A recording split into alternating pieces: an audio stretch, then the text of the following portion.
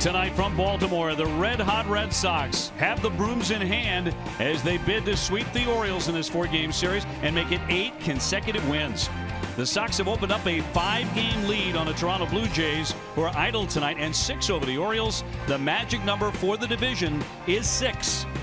Hi, everybody. Welcome back to Camden Yards. Great to have you along. Dave O'Brien. My partner, of course, is Jerry Remy. Garen Austin joining us in just a couple of moments. And, Jerry, tonight, David Price going for his 17th win. He has won 7 in a row. Yeah, he's looked really good. You know, a little bit of a shaky outing last time out, but overall, in that 7-0 stretch, he's been very, very impressive. And, you know, you think back as we look at the numbers, the fact that I think he was a little bit uncomfortable early in the season with the fact that he was changing new ball clubs, the big contract.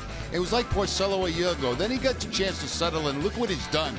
204 batting average against in that stretch of the last 8 games. A 2.73 ERA, and of course the perfect record. Look at the numbers in September for him throughout his career. 23-7 with an ERA right at 3. And this is going to be a good matchup tonight. Tillman's always been very tough on the Red Sox, and David Price pitching very well right now. So the Red Sox would love to have Price pitch another gem tonight and sweep the Orioles right out of here. Yep, and the Sox have been winning a lot of low-scoring games lately, including another one last night, 5-1. So they are closing in on a postseason position. Certainly, right now, the Red Sox could not be playing better baseball, looking to make it back-to-back 4-game sweeps over division rivals. Game 4 coming up from Baltimore.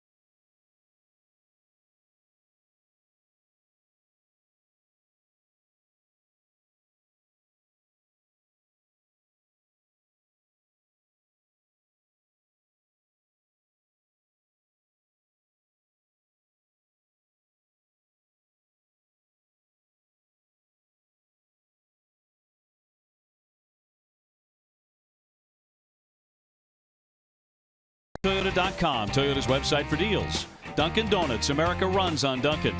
The Massachusetts Highway Safety Division, be alert and slow down in work zones. Santander Bank, you're all right with Simply Right checking from Santander Bank. Bob's Discount Furniture, everybody saves at Bob's Discount Furniture, in store or at mybobs.com.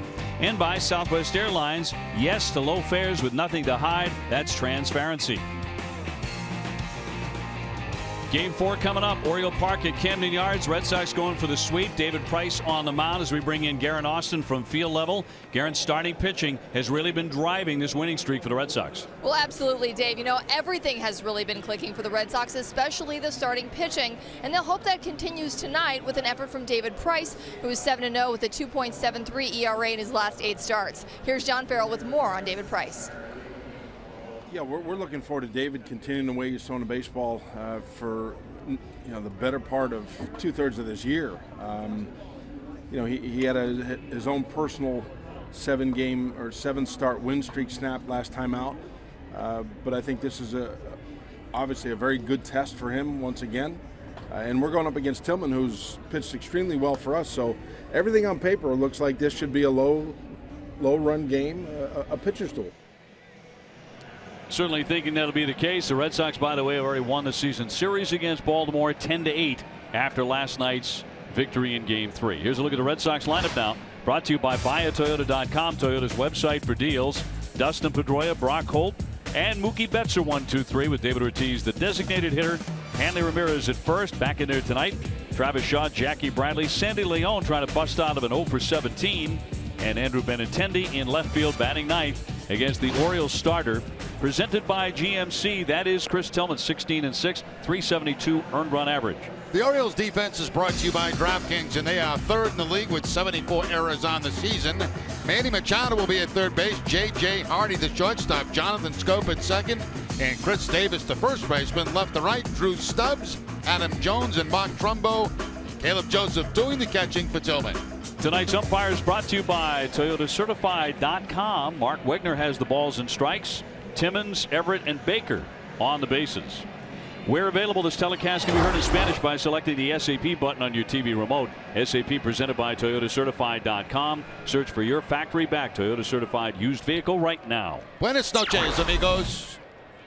Very, very pleasant night here in Baltimore. 81 degrees and clear. And set for the first pitch from Tillman, the 6'5" right-hander. He is the Orioles' ace. And Pedroia testing him right away, hitting .322.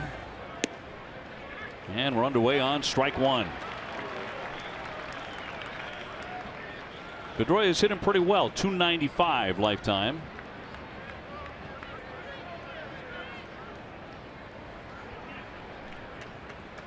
And the 0-1. Fly to center field, right at Jones. One man gone. They're talking about Tillman, Dave, and he spent some time on the disabled. Had some shoulder bursitis that kept him on the DL. You see the breakdown of his pitches, the fastball, curveball, and changeup. But he has always been very good against the Red Sox. In his career, 10-3 with a 2.74 ERA. Brock Holt has returned to the ball club, .258 with 7 home runs. He'd missed a couple of games due to a death in the family. And in there at shortstop tonight is Bogaerts has the evening off, and that's across for a strike. John Farrell said that you got Holt in there who swings the bat very well against Tillman, and Bogaerts could use a day off at this stage of the season. So tonight's the night. The 0-1 rattle foul. Yeah, he's 6 for 11 off Tillman. So Brock appears to see their race pretty darn well. Tillman's been their stopper all season with the exception of that stint on the DL that Jerry was talking about. And bursitis in the shoulder, the same condition that has taken out Stephen Wright. Hey, Tillman right there, not overpowering with the fastball. The last one at 89, but up in the zone and foul back by Brock Holt.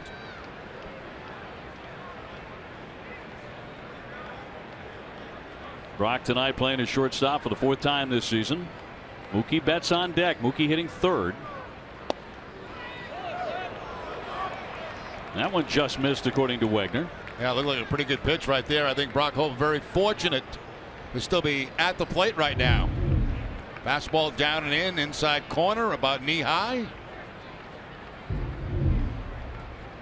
And Tillman with a 1-2 pitch.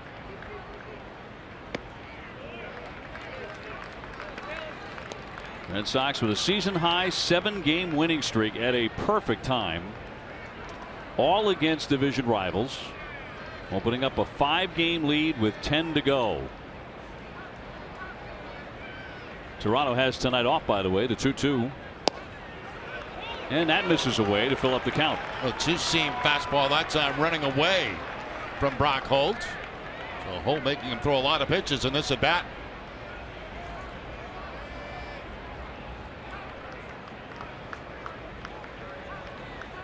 Tillman out of Anaheim, California, delivers the 3-2. Punch foul. Talk about his winning streak of 7 in a row. 6 of them have been by 3 runs or less. I think more than that, the Sox have come back over and over on this winning streak. Brock Holt was talking about the Hanley Ramirez walk-off home run at Fenway as being one of the great moments, obviously, of the season, but huge in this streak. Come back and win a game like that against the Yankees. That certainly did set the tone for a lot of good things to follow.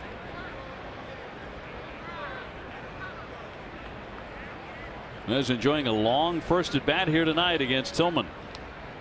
3-2 again to the second baseman, Schoop, and throws to get him, and Holt went tumbling after racing hard to first base.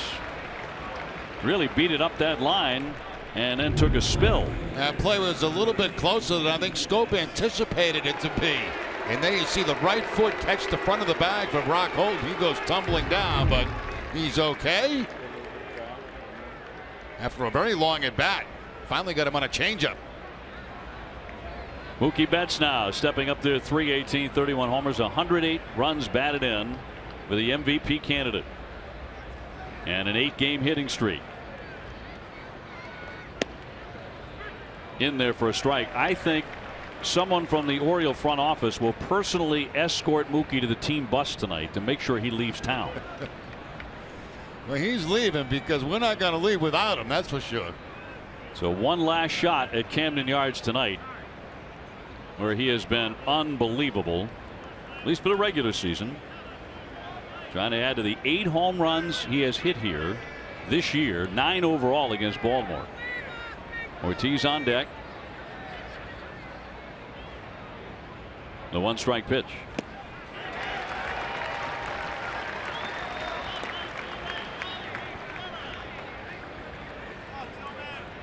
Oh, we've already seen the mix of pitches from Tillman. The fastball, the two-seam fastball, the slide of that last pitch.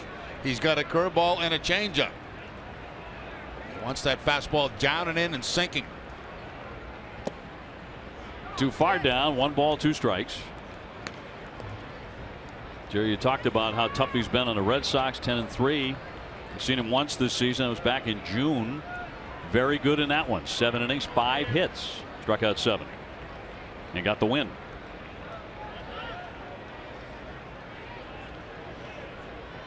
Here's the 1-2 to Mookie.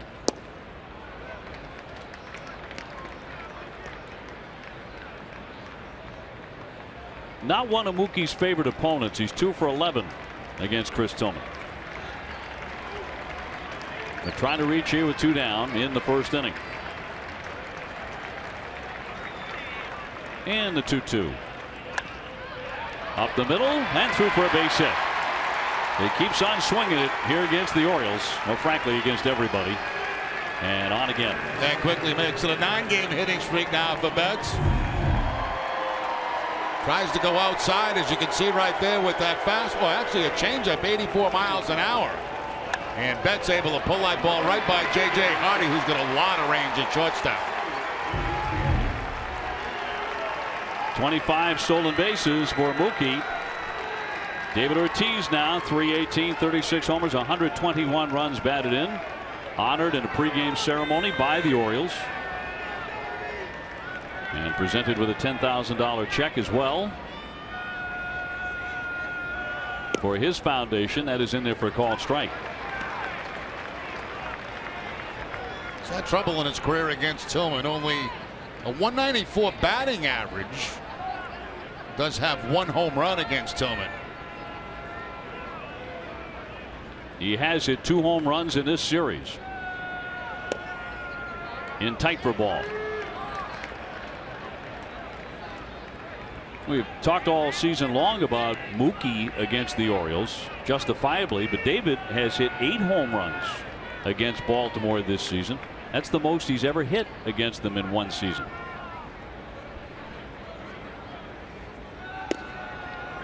That's in there for a called strike. 1-2.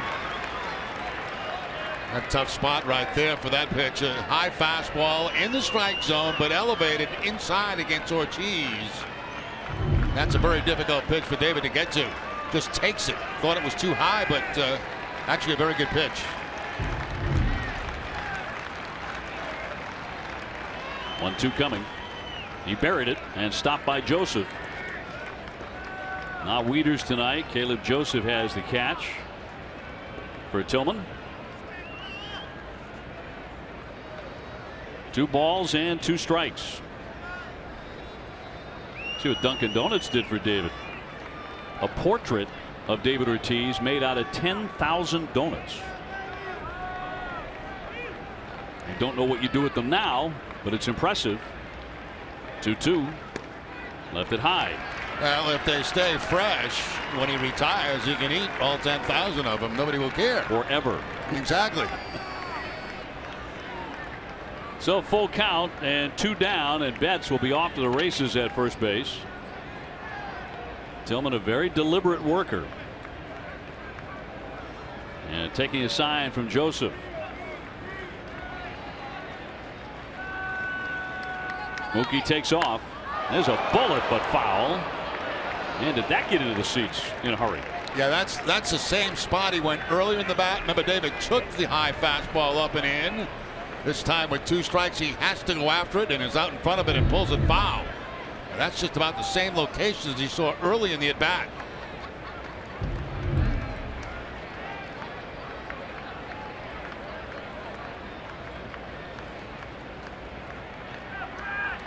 Betts to take off again. The 3-2, there he goes. And he walks him. Pretty darn good at bat there by Big Papi. First and second now for Hanley Ramirez. And tried to put him away on a backdoor slider that time, but it did not get to the corner of the plate. And Hanley Ramirez, who had last night off, back in there tonight with a chance to do some damage early in the game. Fans, be sure to stop by Plainridge Park Casino. Plainridge Park Casino is the official sponsor of winning. Hanley 292, 28 homers, 107 RBIs. That's a new career high for the first baseman. He's got Mookie at second and David at first. Opportunity knocking here against Tillman. You don't get many chances against this guy. That'll be strike 1.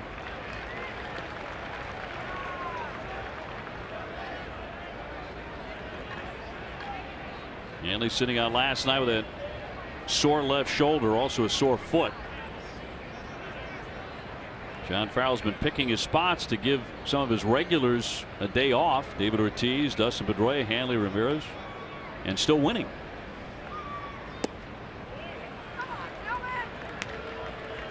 One ball and 1 strike.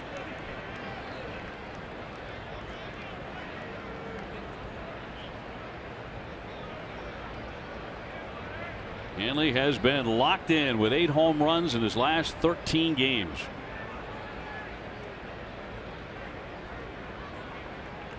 And Tillman from the set. Here's the 1-1. He fires in a strike at 92. The next hit that Hanley gets against Tillman will be his first. He's 0 for 6 in his career against Tillman, and down in the count now, 1-2.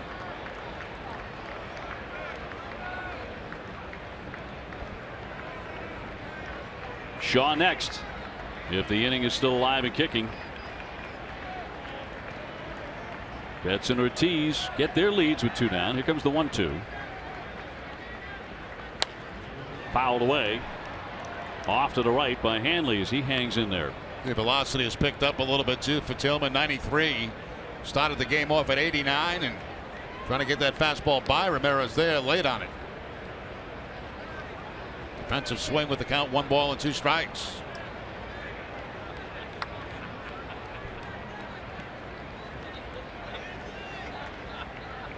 Game number 4 here in Baltimore. Red Sox have been here a while. It is on to Tampa Bay later tonight. Here comes the 1-2 home. Way too high.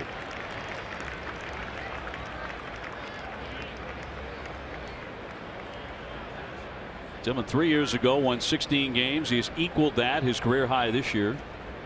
His stats almost identical. 16-7 back in 13. He's 16-6 this year. The earned run average is almost precisely the same.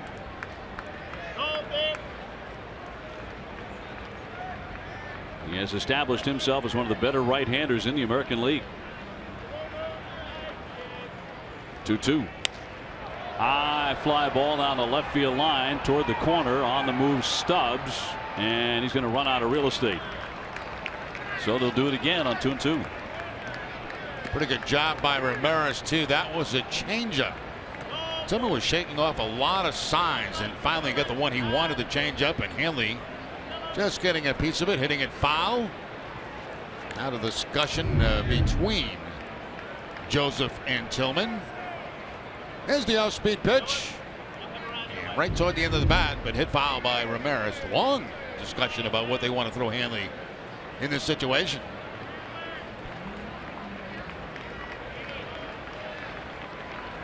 Well, Tillman got the first two men, Pedroia and Holt, rather quickly, but then Mookie Betts with the base hit up the middle. Ortiz with a lengthy at bat, worked a walk. Hanley trying to pick up his 108th RBI. 2-2 coming. And a ground ball up the middle. That's going to sweep through for a base hit. Betts coming around. He will score easily. No throw to the plate, and the Red Sox have the lead 1-0. Hanley coming through again with his 108th RBI. That's a good job by Ramirez. You know, he fouls off the changeup. Tillman comes back after a long discussion with the slider. Now, he wanted that ball away. It was out over the plate, and Ramirez is able to handle it with the ground ball up the middle. And with Betts' speed at second base, no problem for him to score. Red Sox jump out in front. Jerry, we talk so much about his home runs, but he's had a lot of at-bats over the last couple of months where he doesn't try and hit a home run. Right. He just does enough to bring in the run. You know, I think, Dave, that's been the case with him all season long. Now Travis Shaw trying to keep it rolling, first and second. Goes after the first pitch, which he likes a lot, pops a foul on a play. So Hanley, since the All-Star break, has 60 RBIs. Most in the majors. Really had an outstanding second half in particular. Ortiz went to second on the base hit. 1 ball and 1 strike on Travis. I don't know, to me, Dave, I don't know how you feel about it, but Tillman doesn't look like he has the same stuff that we've seen in the past. You wonder about the condition of the shoulder. I agree. Not a lot of zip, not a lot of velocity. 3 consecutive Red Sox have now reached against him. The 1-1. A ball, 2 strikes on Travis Shaw. And once again, they try to elevate on Shaw with the fastball, get up there above the belt. That is the book on Travis. Typically a good spot for him with 2 down and men in scoring position. Ortiz and Ramirez aboard. And a run home. 1-2. Fouled back. There's that high fastball again. That time a little bit out of the strike zone, but too close to take when you have 2 strikes.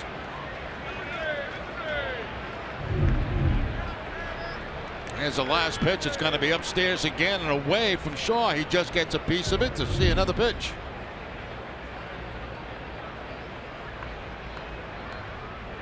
One-two again, and down he goes, strike 3. But that was 35 pitches for Tillman. The Red Sox get him for a run, and here comes Price.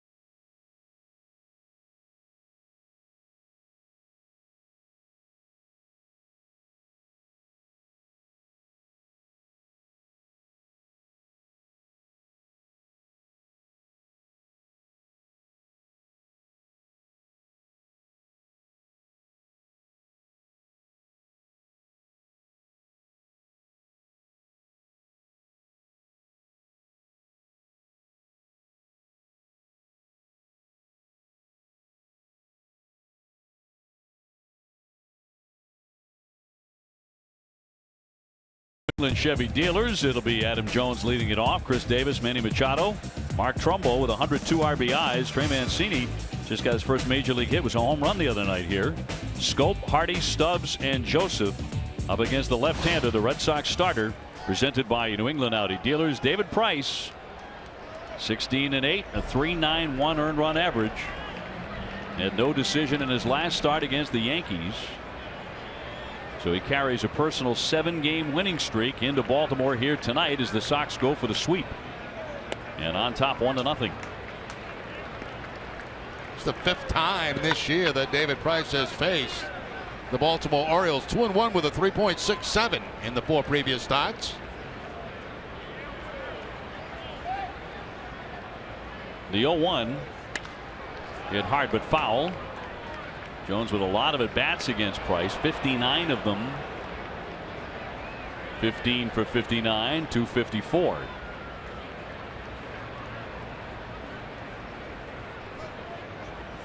Orioles coming in with a 1-game lead for the second wild card spot over Detroit and Houston. So as of right now, they are still in, but they have been fading. Popped up right around the mound. Price now called off by Shaw, who will make the play on top of the hill, where they always get the pitcher right out of there. The Red Sox defense is brought to you by Southwest Airlines, and they are 4th in the league with 74 errors on the season. Travis Shaw will be at third base. Brock Holt, the shortstop. Dustin Pedroia at second, and Hanley Ramirez, the first baseman. Left to right, Andrew Benintendi, Jackie Bradley Jr. and Mookie Betts, and Sandy Leone doing the catching for David Price.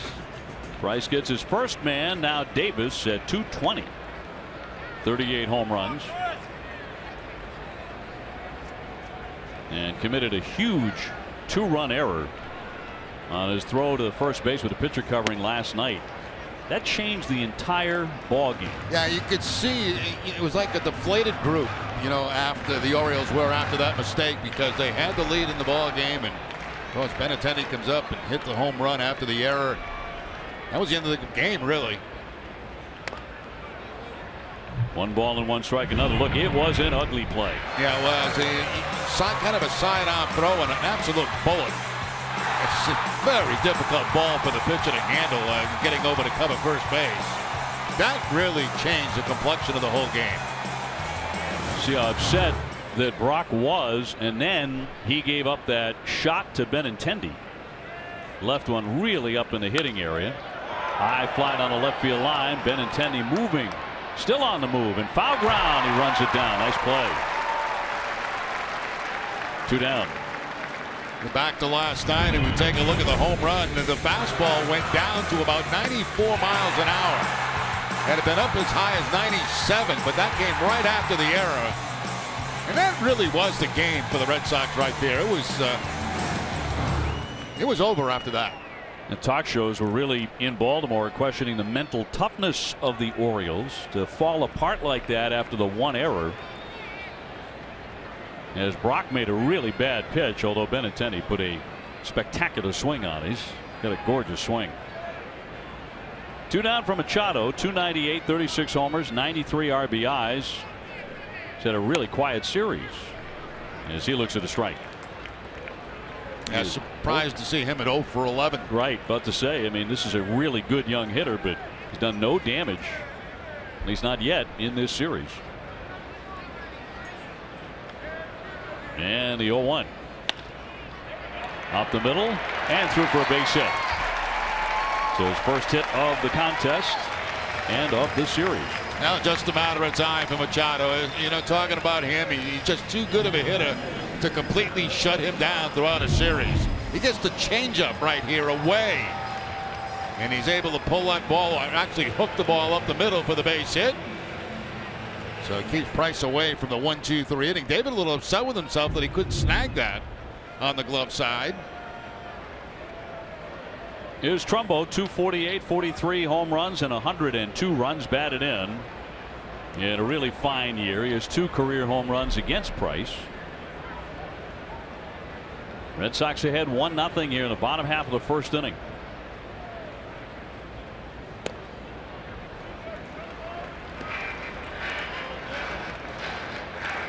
Before the base hit by Machado, combination of Davis, Machado, and Trumbo had been 3 for 33 in this series. That's a giant factor in the Red Sox winning the first 3. Really shutting those 3 excellent hitters down. Very dangerous hitters with all that power. Little dribbler who's going to take it. Ramirez gets it to him. Price there in time to make the play at first. Little indecision, but in the end, they get the out. Still 1-0 Red Sox.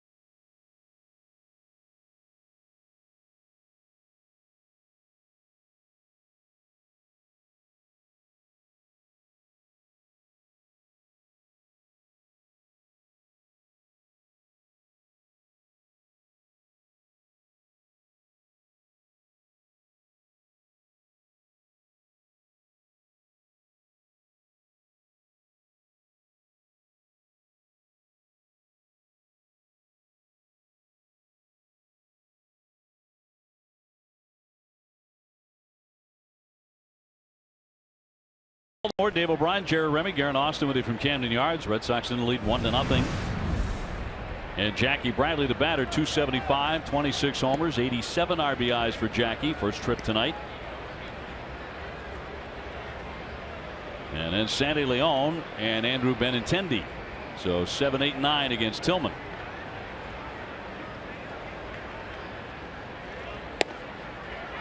Right through there for a called strike. Just as Mookie Betts and David Ortiz, Rick Porcello, Dustin Pedroia have all blown away their stats from last year, so has Jackie Bradley, without question.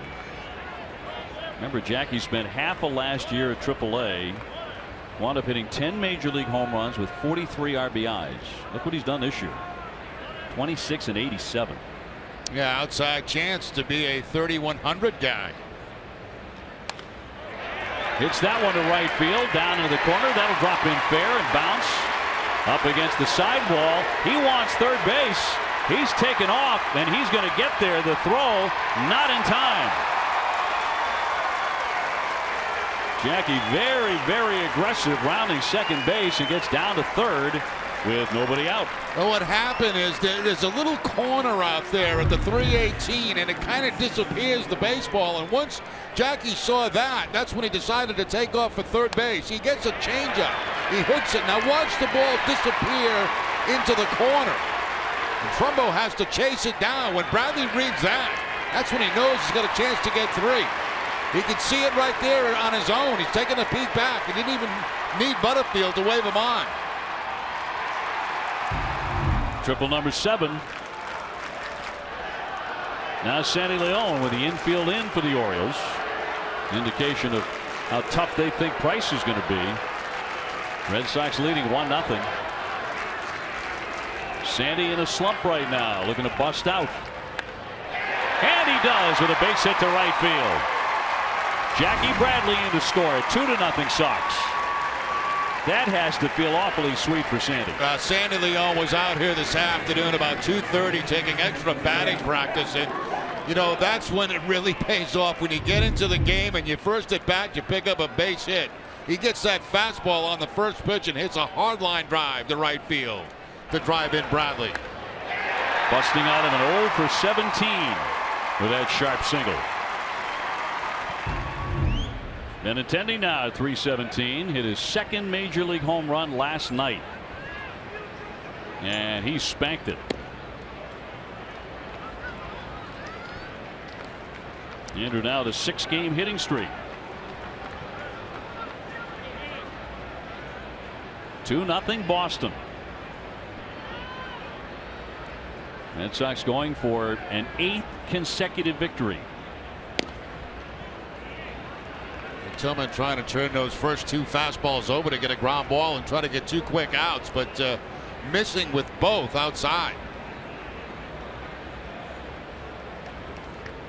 Benintendi's 3-run homer last night really seemed to suck the life out of the Orioles. Fouls that one away, back into the netting. Pedroia on deck. John Frau was talking about today wanting to get Benintendi some time in center field within the next week. Play him a game or 2 out there. Maybe rest Jackie Bradley. John's been able to rest key players in recent days, and it's really paid off. 2-1. I was talking to John about that this afternoon. You know, he's had the advantage because of the way the Red Sox have been playing, where if a guy gets a little bit banged up, he can afford to give him the time off because everybody else is playing so well. So Hanley have last night off. We saw Dustin have a night off.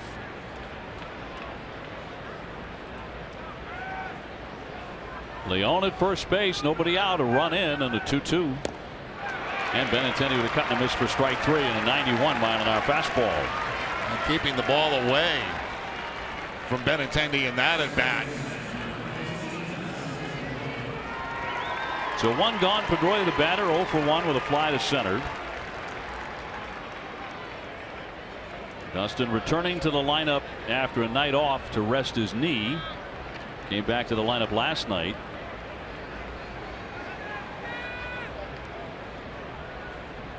Holt on deck. And strike 1. Now the next time Dustin scores, it'll be his 100th run for the 4th time in his career. Teams love their leadoff men to be over 100 runs. You're a successful offense if that happens. High fly, right field, fairly well hit, but Trumbo on the back pedal, and he'll make the play. That had some carry on it. Back to first base goes Leon. And there are 2 down. Watch the drive to the pennant with MLB.TV Premium. Watch every out-of-market game live in HD and over 400 supported devices. Visit MLB.TV for details. Here's Brock Holt for the 2nd time. He is grounded to second base. 0 for 1.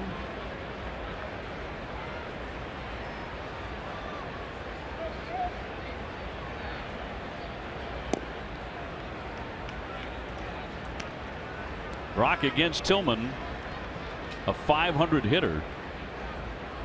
Xander Bogaerts 2 for 20 against him, so another good reason to give Xander the night off. With Brock playing the shortstop position, here comes the 1-0. That's a strike. And again, that fastball hovering around 90 miles an hour for Tillman. We generally see him throw harder than that. Not that velocity is everything, but certainly I think it's down a little bit here tonight. Xander relaxing tonight. That bounces up there, stopped by Joseph. So Leon could not advance. Tried to snap off the curveball that time, but Caleb Joseph makes a nice play by blocking that ball and keeps Leon out of scoring position.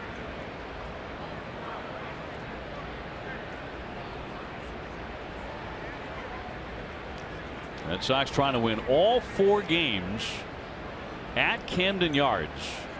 Well, it's tough to sweep a 4-game series on the road. There's a line drive into center field for a base hit. Leone up to second base and stopping there. And Holt continues to get a very good look at Tillman. Yeah, 1 for 2 tonight. As Dave mentioned, 5:45 coming into the game against Tillman. Takes that fastball, lines it to center field for the base hit. And you see that fastball that's right out over the plate. And right back up the middle goes Brock Holt. So that'll get Betts to the plate with a man in scoring position. Well, the Red Sox in the first couple of innings giving themselves opportunities against one of the better right-handers in the American League. Betts with a base hit first time up and scored a run.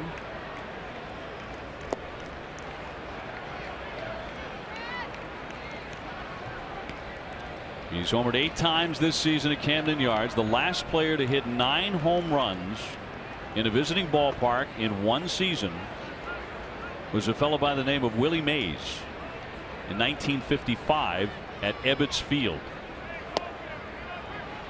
A called strike. That's pretty good company. He's keeping really good company, isn't he? In every phase of the game. He's being talked about right now as the lead candidate for MVP. Altuve's getting a lot of support. Trout as well. But reading the various columnists around the U.S. who are writing about this topic, he seems to be the man to beat right now.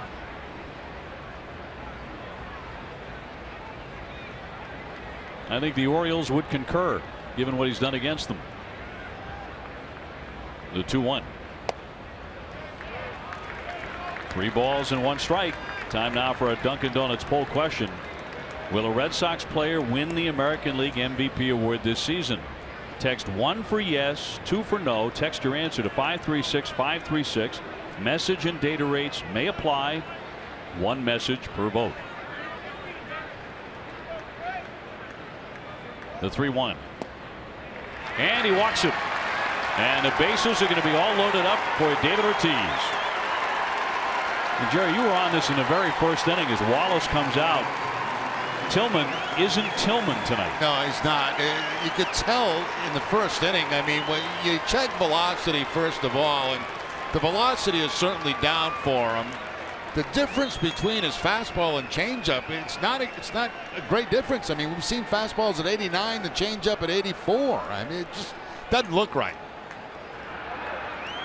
So they get Vance Worley up in their bullpen real early. When you're talking about a 16-game winner, here it is in the second inning. And the Wolf is at the door. David Ortiz drew a walk in the first inning. Also, you know, a guy that has had his way with the Boston Red Sox over the years, and including this year. David with 121 runs batted in, his highest RBI total since 2006. And now a man at every base. Red Sox up 2-0. He looks at a strike. At the bottom of the zone, but he doesn't like the call from Mark Wegner, and he lets him know it. David thought it missed. Down. Now, according to our pit zone, it did look like it did get the bottom of the strike zone. It's a curveball, as you can see. And you know, when a hitter turns back and he looks at the catcher's glove, it always looks like it's lower than where the pitch went across the plate. Tillman in a bind. Skips it up there and deflected by Joseph. Leone back to third.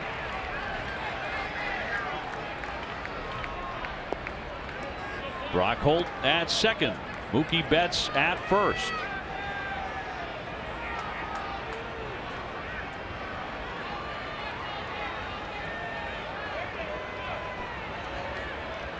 A ball and a strike on David.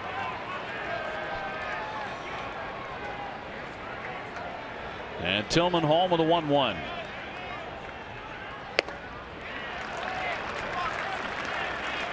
Again, he's trying to work that fastball upstairs to David Ortiz, inside outside. After starting him off with that low breaking ball, goes upstairs with a couple of fastballs.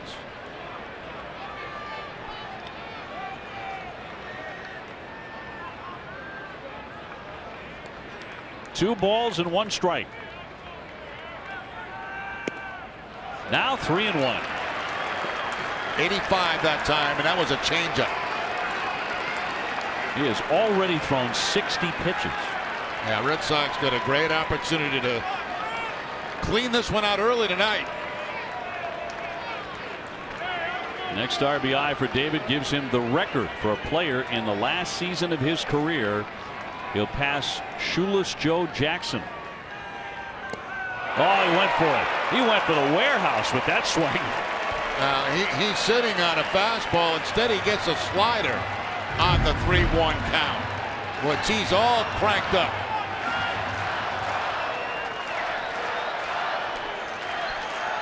Well, if he had connected on this, that's 450. 3-2. 2 down, bases are loaded. Tillman with the payoff pitch. Runners go, and it's hammered foul.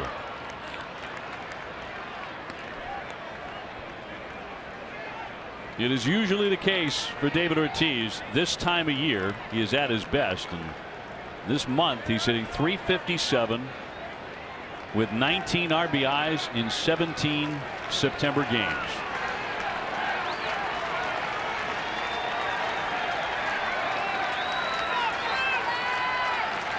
Here comes the 3-2 again from Tillman. And he walked him. Ball 4. Here comes another run. Sandy Leon in to score, and Showalter is already out of his dugout. And here he comes to get Tillman. David Ortiz picks up his 122nd RBI as he takes ball 4. The Red Sox now leading 3-0. Tillman, a very, very quick exit tonight. The call to the bullpen brought to you by Kia. Worley coming in. Red Sox still have the bases loaded, and we'll be back with more in a moment.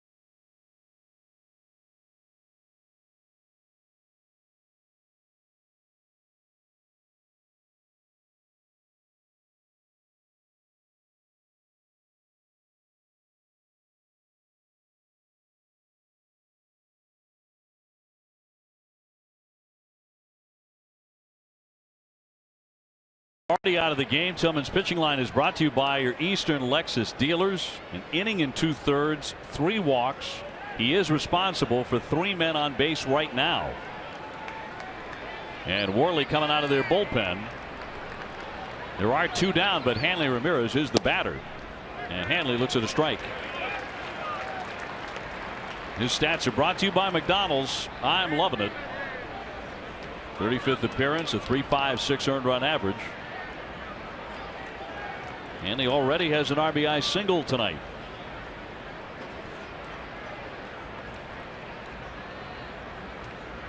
And the 0-1. He would not chase it.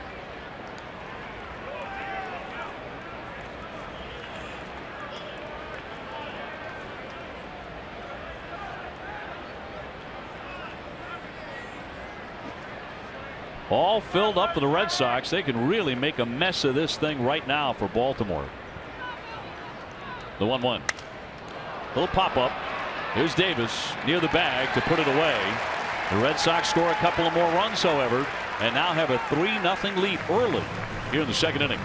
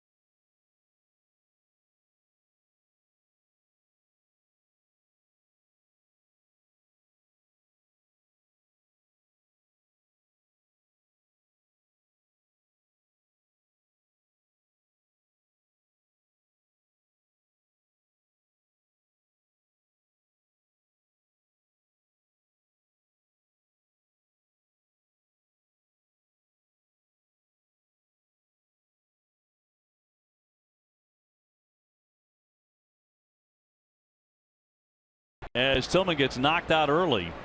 Tonight's suits are designed by Joseph Abboud, custom made in the USA of fine Italian fabrics, available at Men's Warehouse. Red Sox ahead 3-0 behind Price, who's trying to win his 8th consecutive decision. And the Sox are trying to win their 8th in a row with back-to-back 4-game sweeps of the Yankees and the Orioles. Here's Trey Mancini. He's the DH, 250 with a homer and an RBI. Just made his major league debut a couple of nights ago right here and slammed a home run for his first big league hit.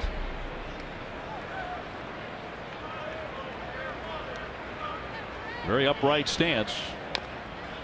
You like the potential of this kid offensively, don't you? Well, I just seen a couple of at-bats. It looks like he's got a nice swing. You know, we'll have to obviously see him over a longer period of time. Orioles very high on him. He crushed the ball the other night for that home run. That was a long one. His mom was here to see it. She got the baseball and reacted like a gift on Christmas morning. I'm sure it felt exactly the same way. That was a tremendous moment for the whole Mancini family. Here's the 0-2 from Price. Slicer foul, back out of play. Mancini's been a very good minor league hitter. He was selected as the 2015 Brooks Robinson Minor League Player of the Year for them, and he won the Eastern League batting title. He hit .330. Scope on deck. Sox up by 3. And the 0-2. Toward the middle. Holt there from behind the bag. Guns and gets it. One man gone. This greater coverage of baseball is brought to you by T-Mobile.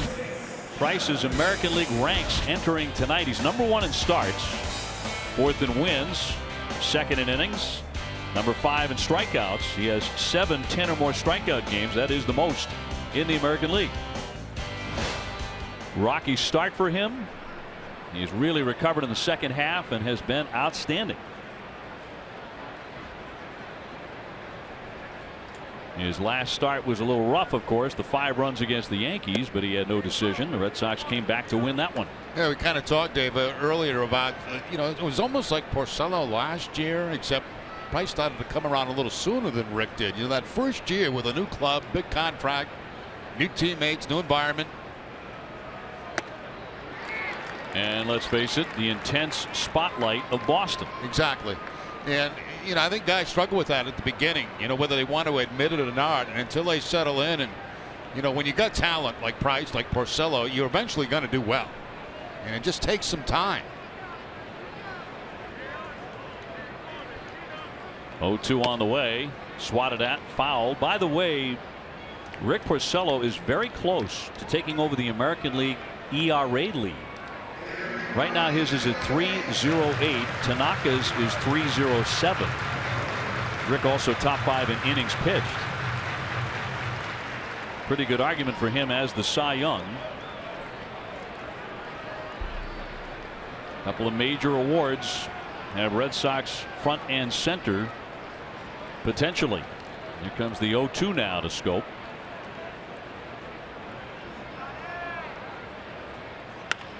And a fly ball to center. Jackie started back now in for the catch, and 0-2 down.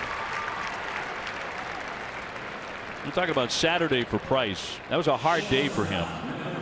He learned 4 hours before that start against the Yankees that a former roommate and very close friend of his had died from complications related to a brain tumor. David had honored his friend 5 years ago on the day of his first surgery with a victory over the Red Sox. Saturday was a very tough day for him. See the TW on the side of the hat for David Price. Is J.J. Hardy as he looks at a strike. 274, 9 home runs and 46 runs batted in.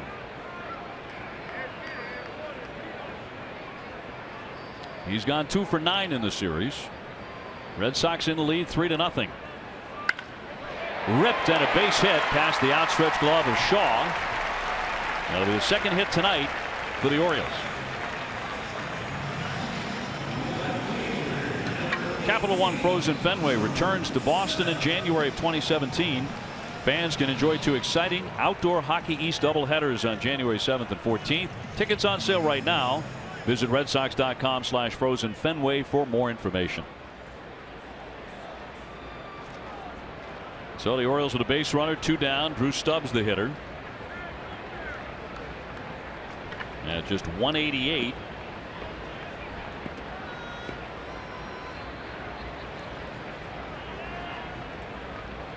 He's one of the few guys, if he gets on base for the Orioles, he'll run. They really have no team speed outside of him and probably Bourne. And one of the reasons he's in the lineup tonight, 364 against Price in his career.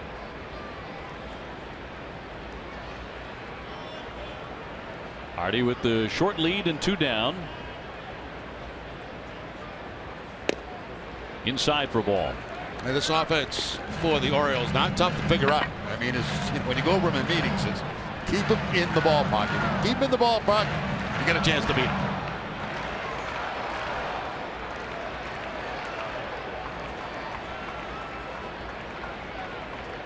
.238 home runs. They have 6 guys who have 20 or more. Line to right, and that's going to be a foul ball off the chalk line. Stubbs trying to drop one in to right field, but he'll have to come on back, and Hardy back to first base. Boy, that must have tailed right at the last minute, because it looked to me like it was going to be a fair ball inside the white line on the fair territory side, but a little bit of a hook right at the end puts it in foul territory. It started out, I thought it was going to be a fair ball, but just a few inches foul. Red Sox 3 and the Orioles nothing in the second. Tillman already out of the ball game. Just didn't have it tonight. Really have to wonder about that bursitis in the shoulder, if that is flaring up on him again. He is not the same guy who faced the Red Sox earlier in the summer, and that they've seen be so good against them in the past. That's in tight, and the count moves to 2-2. And that was pretty obvious in the first inning with Tillman. It just looked like he couldn't get loose and had no zip on the fastball at all. And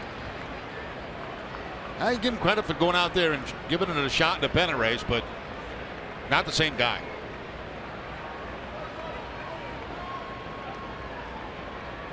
Price looking for the strikeout of Stubbs and leaves it downstairs. He's gone to 3-2. Price has 217 Ks. He's only 8 shy of tying the Sox single season record from a left-hander, John Lester, in 2009 and 2010.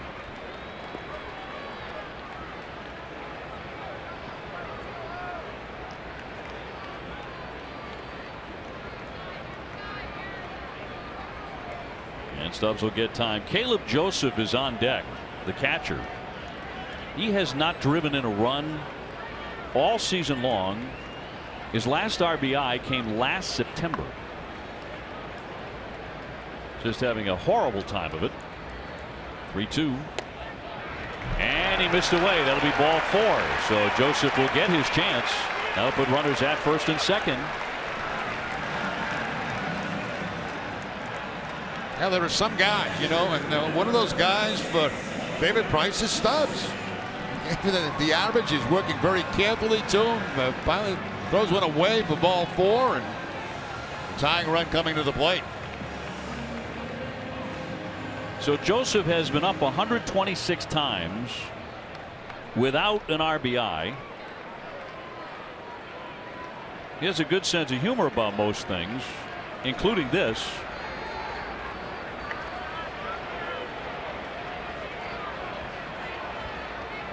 But he has a chance now. Runners at first and second and 2 down.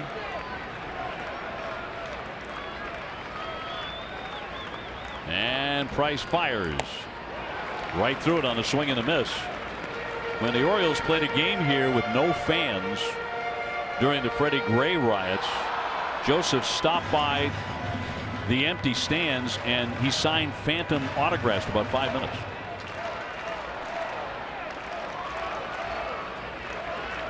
So has a good sense of humor. He blames other guys. He says Ryan Flaherty, for example, he just doesn't get on base enough for me to drive him in. Flaherty not in this game tonight.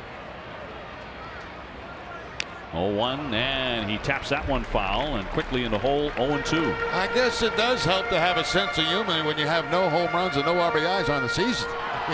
You better have one. Better laugh.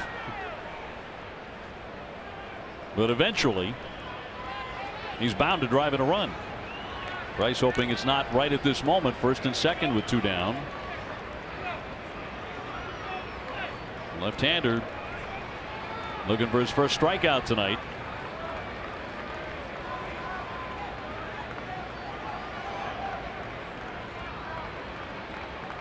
And the 0-2 pitch. Ground ball to short. Charged by Holt. Brock has it. Throws and gets him. No RBI there for Joseph. And Price gets out of that. Still 3-0 Red Sox.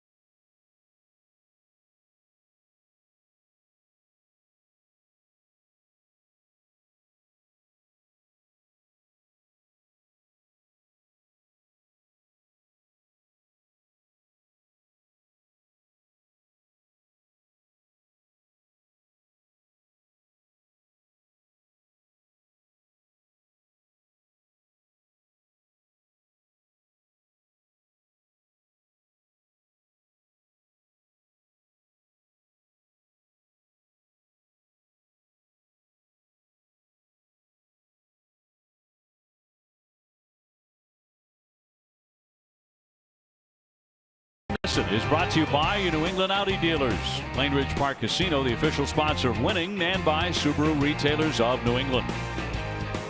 Camden Yards, Baltimore. Red Sox in front 3-0 as we move on to the third inning. Red Sox trying to make it 8 straight wins. This 7-game streak is a season high. Travis Shaw is 0 for 1. He struck out first inning. Jackie Bradley, who tripled, is up next, and then Sandy Leon, who singled.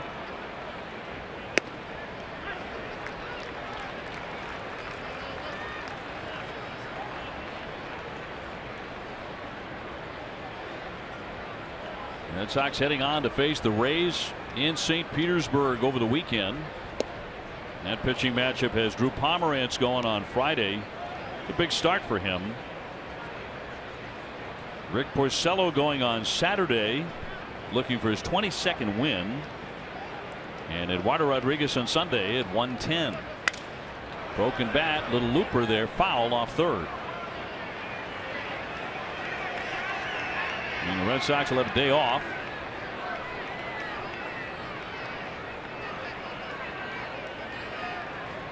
And then open up a series in the Bronx. They've already won the season series against the Yankees 11-5.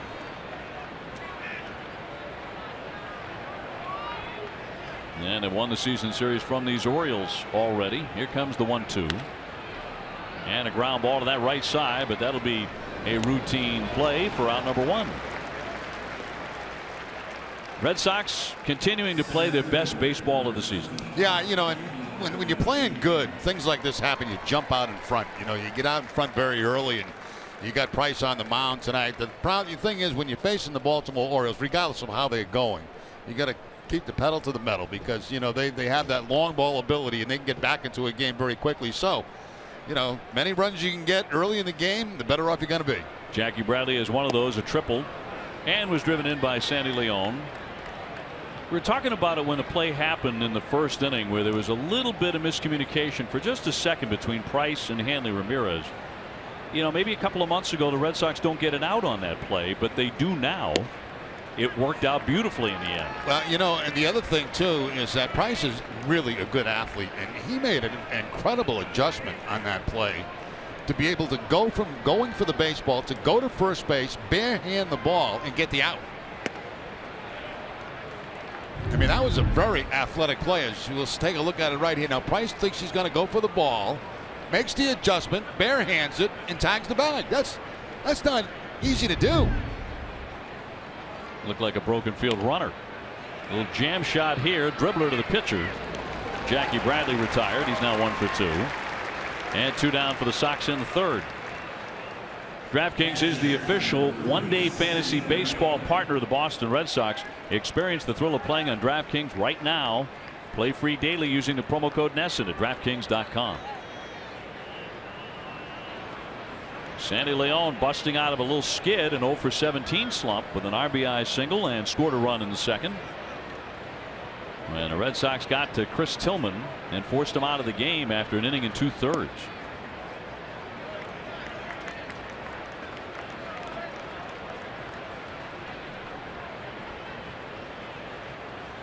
Sandy batting lefty. Benintendi on deck.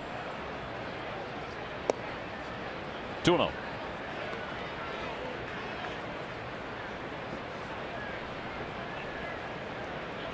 It's that great time of September when you can start throwing around phrases like the magic number is. And for the Red Sox, it is 6.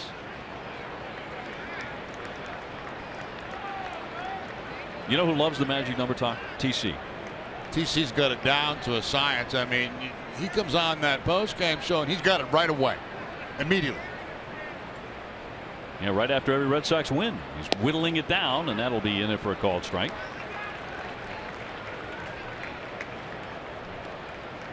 Guys having a lot of fun on the post-game shows with the Red Sox rolling like this. That magic number of 6, by the way, is to clinch the American League East, not to make the postseason. That's going to be ball 4. So Sandy on for the second time. He'll take the walk. Benintendi next.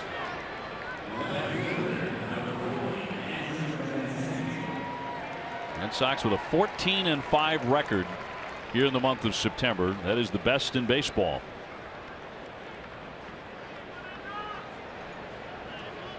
Andrew 0 for 1. He struck out in the second inning. Red Sox ahead 3-0. Checked the swing, made contact there, and fouled it away for strike one. At first at bat, they basically kept the ball away from Benintendi. That time they did come in with the fastball and a little check swing.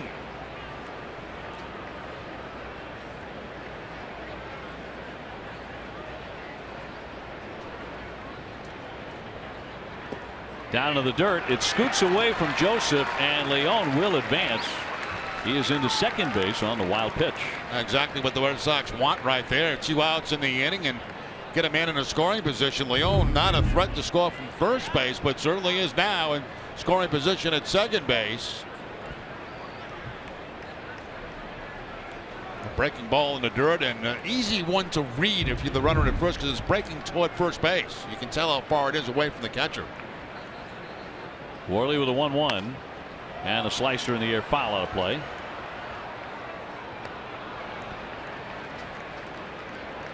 Well, it's been spots like this in recent weeks. The Red Sox have really taken advantage routinely after a mistake like that to get a man down to second with 2 down. They've been thriving. 2-2.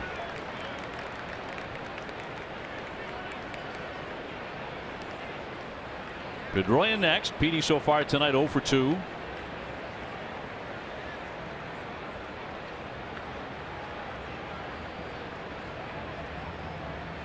Leon is second, and a high fly into left field.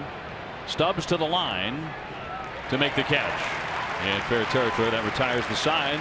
1 man left, still 3-0 Boston.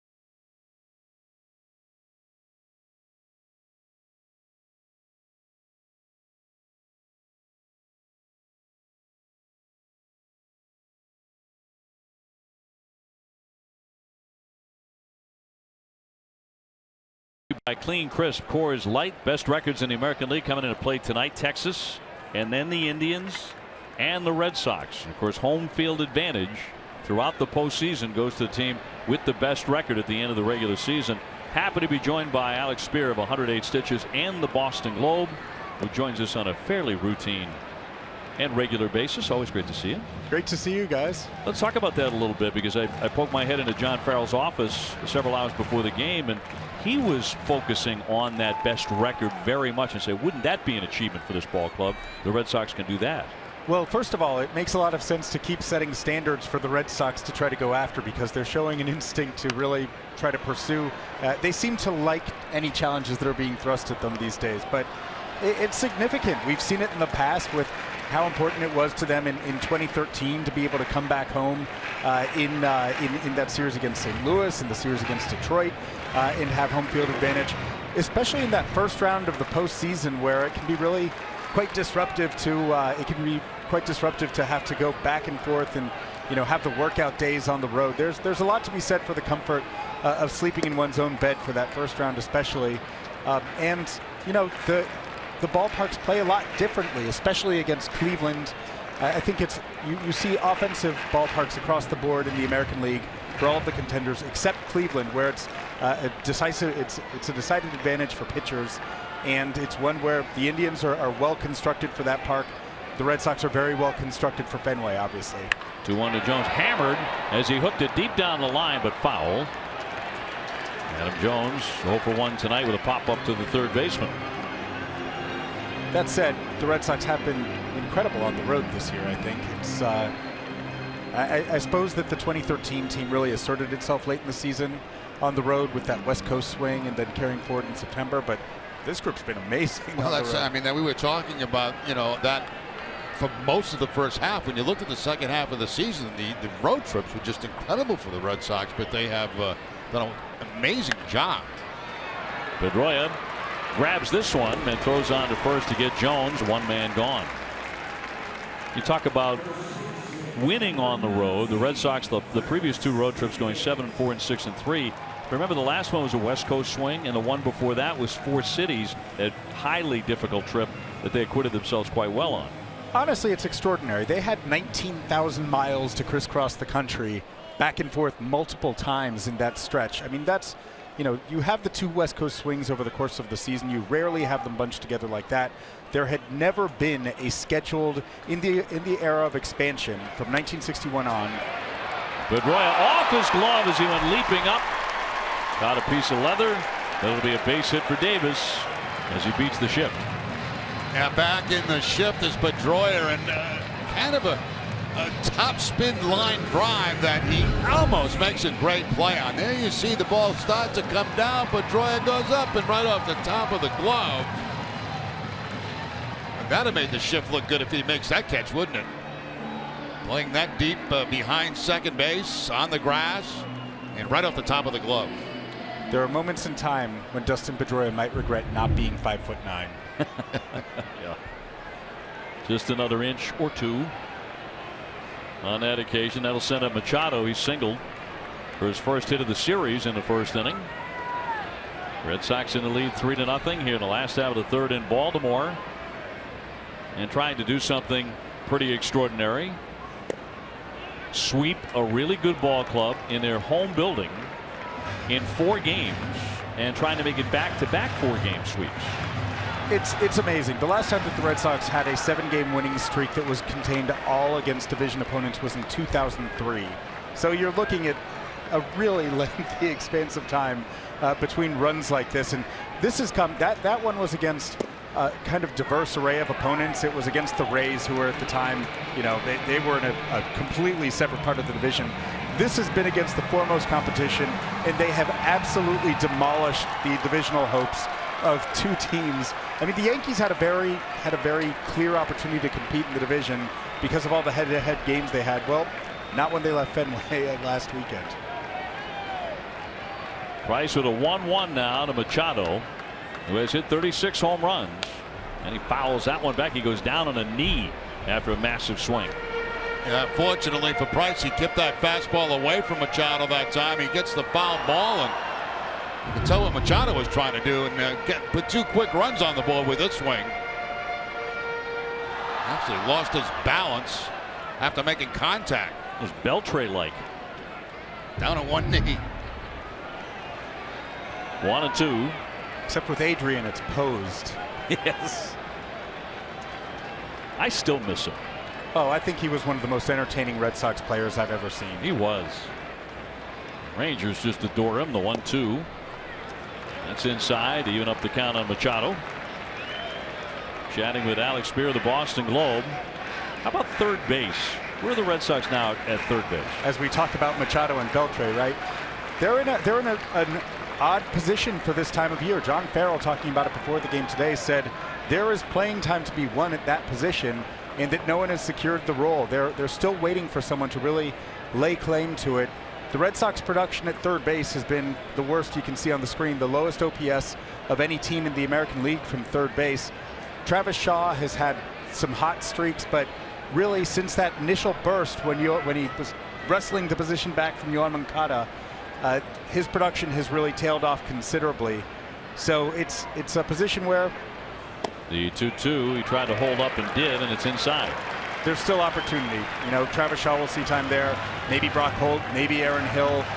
But Farrell said that it's not going to be based strictly on platoons. He doesn't just want to say you have the job because you happen to be left-handed or right-handed. They'd like to see some production. And is your expectation that we won't see much of Moncada at all the rest of the way? Yeah, he's limited to strictly blowout situations at this point, I think. 3-2 coming. Line shot to center. That'll fall for a base hit. Davis up to second. Back-to-back singles here against Price by Baltimore. Yeah, Machado starting to get hot again. We mentioned before his first at bat, 0 for his last 11, but 2 for 2 tonight against Price. That looked to be a cut fastball that time. That Price got down in the zone, but very good hitting by Machado. There you see the pitch. It is the cutter. It is down, but Machado right down there with it, actually below the knees. That was the complete opposite of the swing where he's falling to his knee. Yeah. That's something that the Orioles do so rarely, and that's contributed to them being, I think, the worst offense in the American League in the second half, where they've just been striking out left and right. They hit homers, but don't do a lot of anything else. There, Machado decided to vary up that approach. Well, on that home run topic, here's Trumbo. 43 of them, 102 runs batted in, 0 for 1 with a ground out. Price would love to get one right here. Ground ball right at somebody. And get 2 and get out of the inning. That's across for strike 1.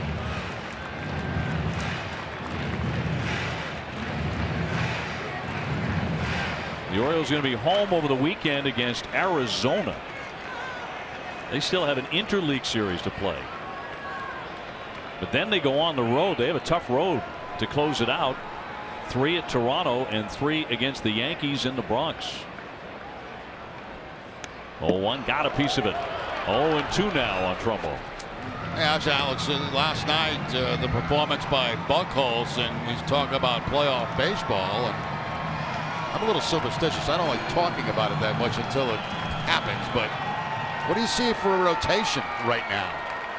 I think that you typically opt for the guys who are most consistent. There can be some matchup considerations, righty versus lefty, but as you look at what Clay Buchholz has done in giving quality starts in 5 of his last 6, we know the kinds of runs that he goes on. You can look at it in any year of his Red Sox career, really, since 2010.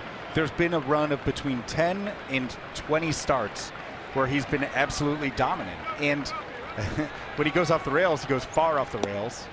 0-2 will miss outside. Price still looking for his first strikeout. So you're saying ride the hot hand.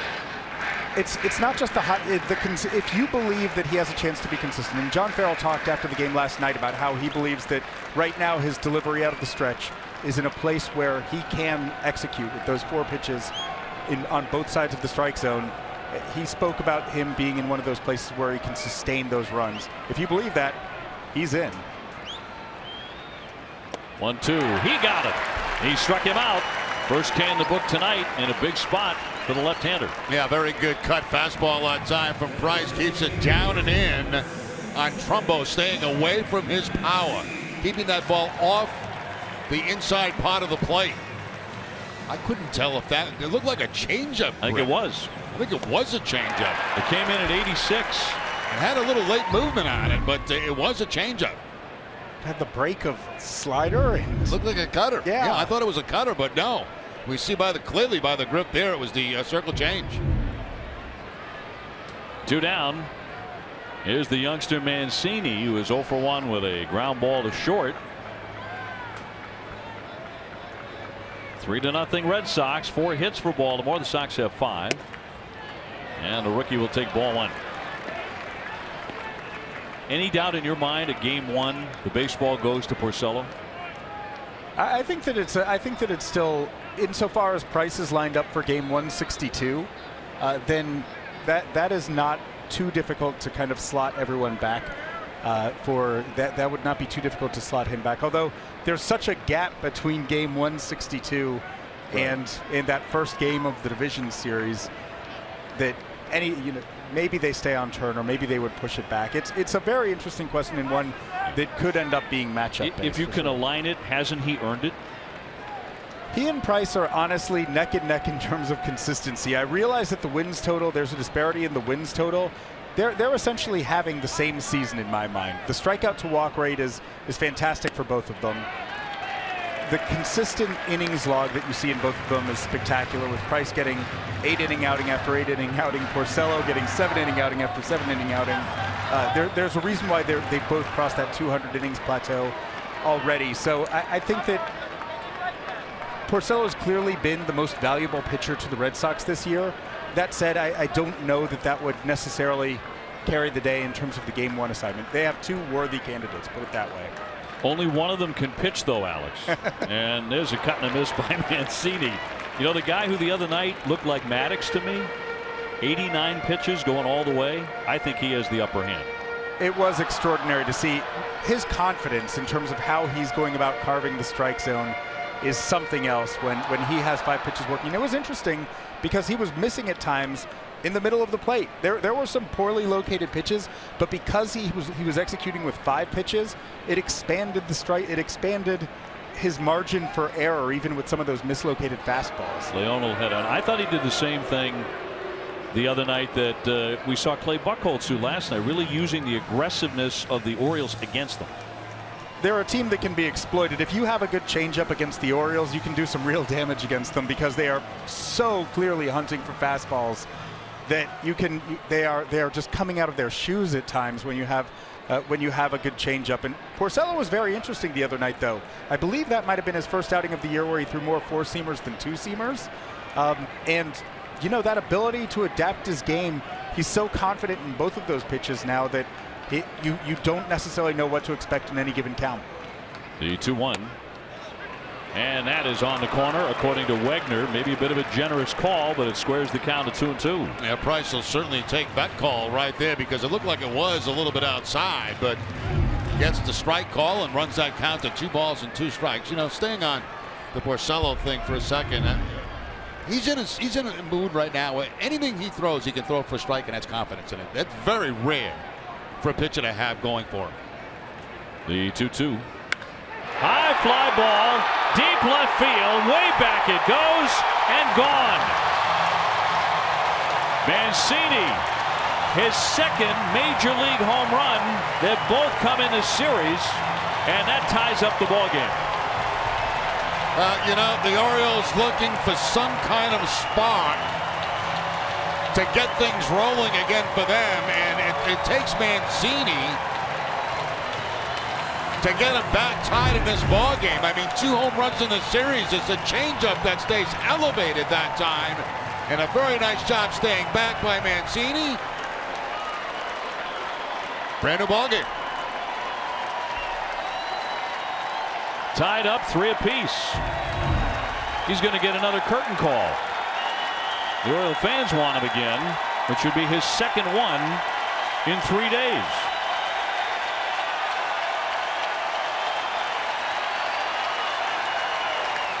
Swinging a line shot down the left field line, but fouled by Schoop. I saw Mancini playing last year for their high A team in Frederick when he was being touted as the best player on a kind of lackluster prospect team. But they said, this is a guy who looks like he was unheralded. He's a guy from Massachusetts. And they said, he knows how to play. He has a good feel for the game, a good sense of the strike zone. He has a chance to contribute down the road. He's contributing. Yeah, he's looked very good in the minimum amount of bats he's had against the Red Sox. I mean, 2 home runs in this series and some line drive outs. Schoop 0 for 1. He is flied out to center. Ground ball to the third baseman. Shaw will dig that. And he'll get him to retire the side. As Jerry said, a brand new ball game thanks to Mancini. Alex, always a treat. Thanks. Good to see you guys. Thanks. End of 3-3.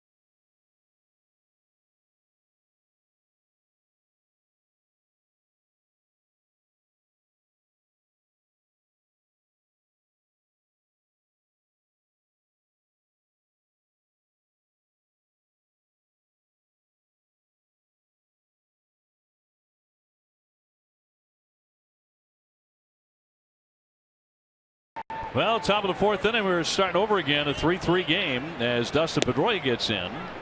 And then it'll be Holt and Betts against Worley. David Price giving up the 3-run shot to Mancini. He fits right in with his Baltimore team. Sure does. Price knew he made a bad pitch. Left that changeup up in the zone, and as soon as contact was made, he knew this game was tied up. Pedroia, a fly to center, a fly to right.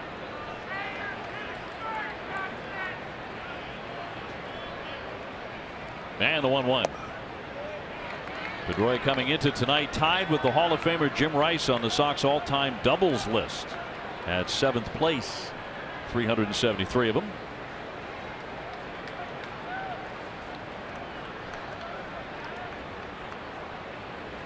Worley's 2-1. And he left that one downstairs. Red Sox have been very patient tonight. They certainly were with Tillman. They got 3 walks out of him in an inning and 2/3.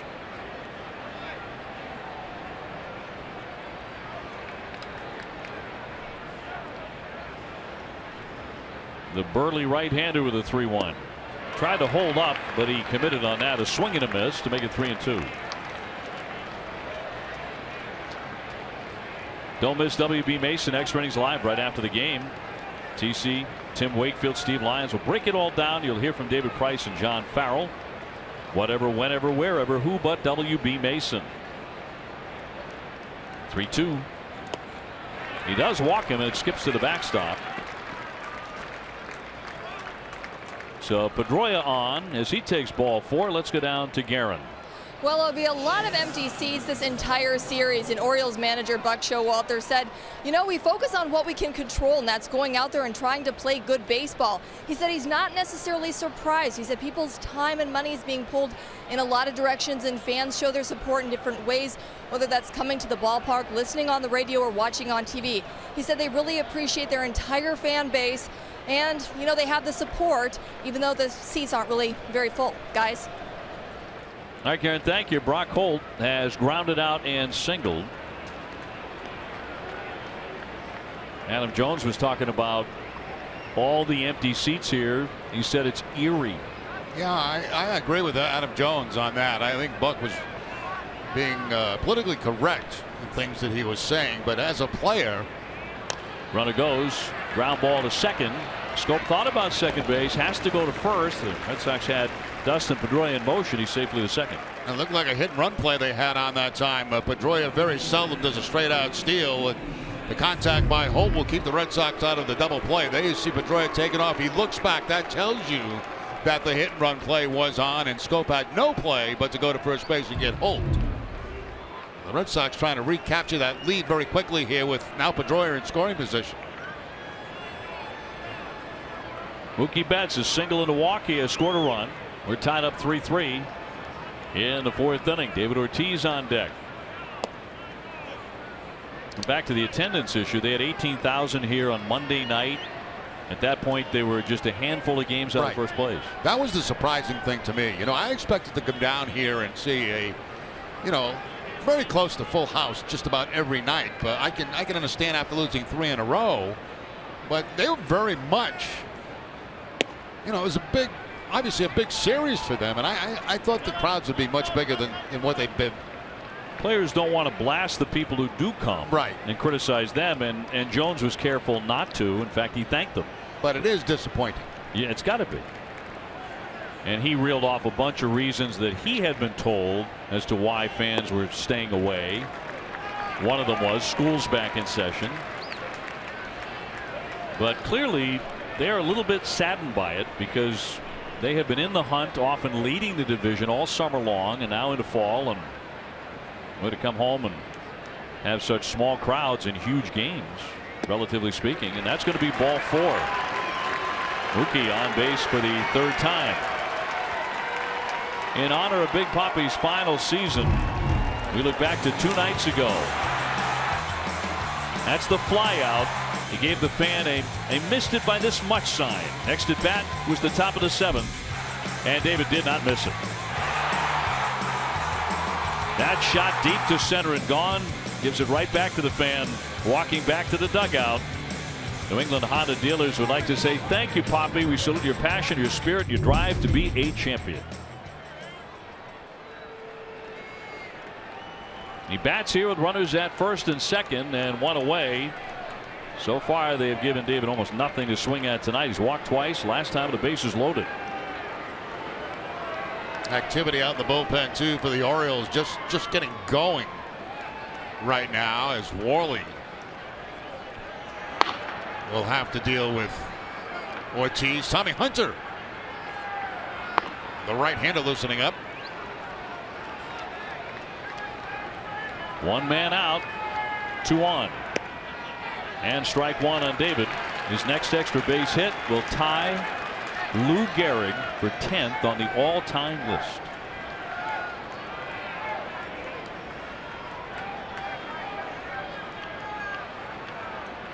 Worley with a pair of walks in this inning. Here's the 0-1. Fouled away. Get inside on David that time with a cut fastball. And a lot of those signs around Camden Yards here over the last 3 nights, 4 nights now.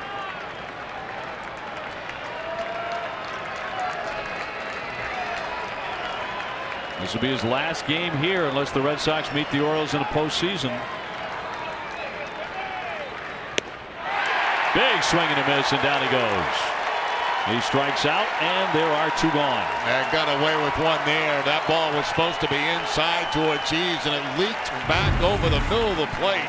And it's one that David usually makes contact on. You can see where the catcher Joseph is set up, and look at the late movement on that fastball, moving away from Ortiz.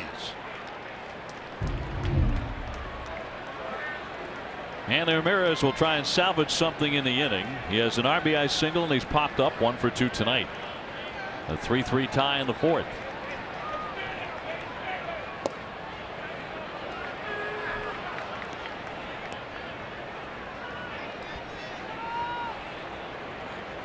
Hanley has set a new career high for RBIs with 108, looking to add to it right now.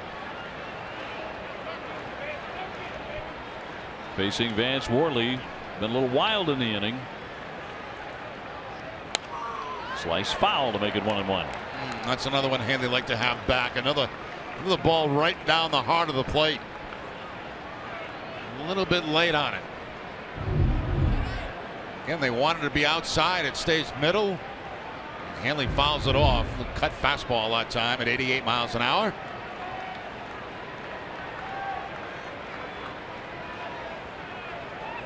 Swinging a ground ball toward third, but foul. Red Sox with good speed on the bases, and Pedroia and Betts. A's Ticket has playoff tickets on sale right now. Get your postseason tickets at no risk with full refund for any game not played. Visit aceticket.com for more details and to secure your Sox tickets right now for the postseason.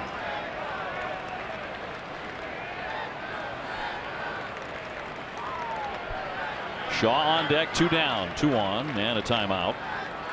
Granted to Hanley. And Sox have already knocked the Orioles starter Tillman out of the ball game. That was in the second inning. So Buck Showalter needs a long performance from his bullpen tonight. 1-2. And that's in there, strike 3. Caught him looking. That'll retire the side. Red Sox strand 2.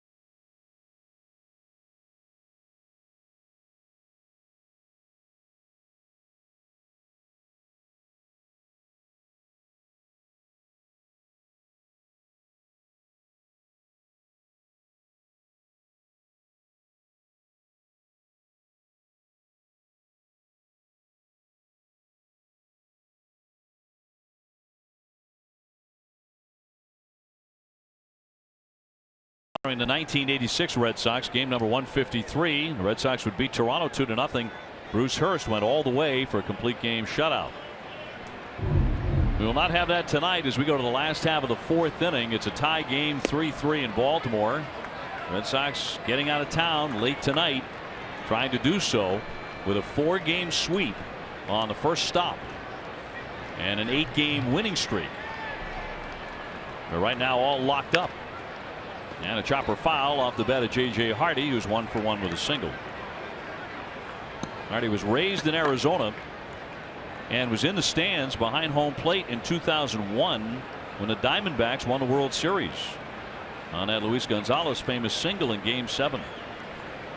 He was 19 years old. He had just completed his first season of professional baseball. 1-2. You remember the first baseman Sean Green? Yes. He was in the stands when Kirk Gibson hit the home run at Dodger Stadium off Eck. Big swing and a miss, strike 3, and he left before Gibson came up. He wanted to beat the traffic in L.A. He wasn't even in the ballpark. Well, a lot of people do that in L.A., right? They do. They come late and they leave early. Out of there. Missed an all-time great moment. Wasn't so great for Eck, but one of the great home runs in the history of baseball. Stubbs walked his first time in the second inning.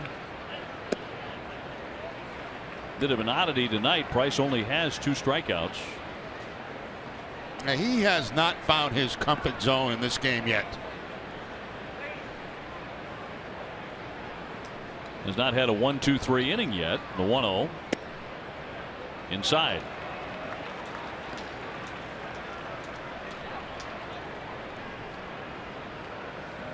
Stubbs at 188, no home runs.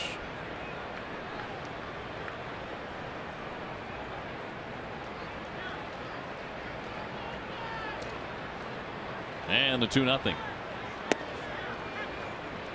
In for a called strike. Price going to the cut fastball on the 2-0 count that time.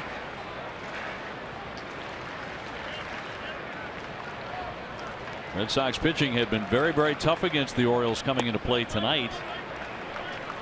Holding Baltimore to 5 runs in the first 3 games, but they have 3 tonight. The way the Orioles do it with the home run. He's fallen behind Stubbs here. 3 balls and a strike. And he walks him for the second time. The number 8 hitter on 2 occasions. NESN is proud to present our second Big Papi special, the David Ortiz Era, presented by Foxwoods Resort Casino on Wednesday. An in-depth look at how Big Papi went from being an unheralded free agent to becoming the face of a franchise. The David Ortiz Era, immediately following the Red Sox-Yankees game on Wednesday on NESN and NESN National. Here's Joseph, 0 for 1 with a tapper to short. Tied up 3-3.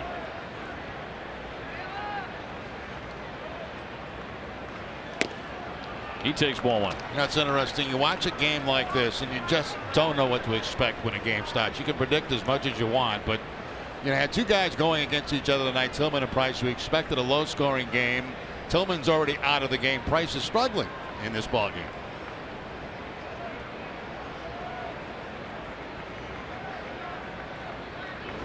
And so many times when you look at the pitchers' duels, they don't go that way.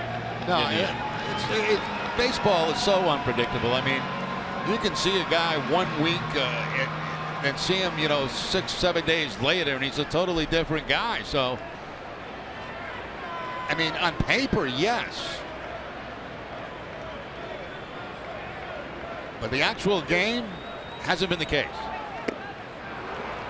1 ball and 1 strike. Early in the season when the Red Sox went to San Francisco, as Price against Bumgarner. And on paper, obviously, that looked like a terrific pitcher's duel. It turned out to be a very well-pitched game. Kind of what you expected. It's almost more rare when that happens, though. And has not been the case tonight.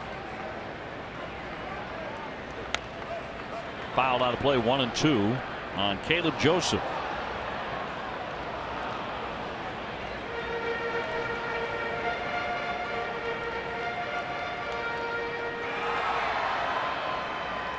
Runner at first base and 1 down, each side with 5 hits. Red Sox have a triple from Jackie Bradley. And Baltimore has a home run from Trey Mancini, who has shown excellent power coming up from the minor leagues. The lefty with a 1-2.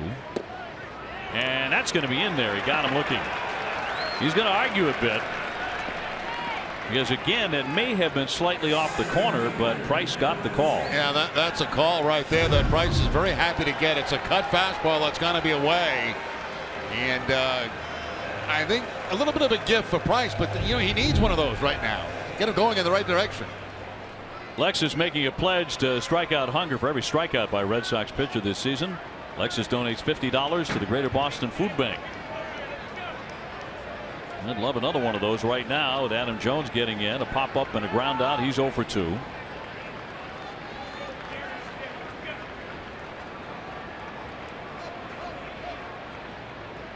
Two men away. And a high fly ball into left, but it won't carry. Benintendi in. And a one-handed catch retires the side. Still tied up 3-3.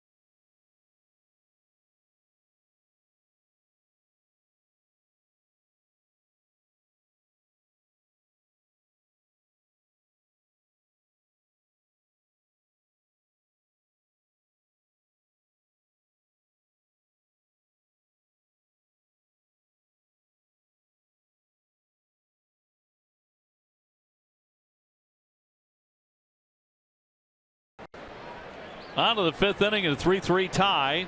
Red Sox and the Orioles finishing up this 4-game series. Travis Shaw in the box. Red Sox could use a jolt and some electricity on the offensive end. They've been getting opportunities. Sox have left 8 men on base so far tonight. The Orioles 4. Travis has struck out and grounded out to second. And the shift on for him.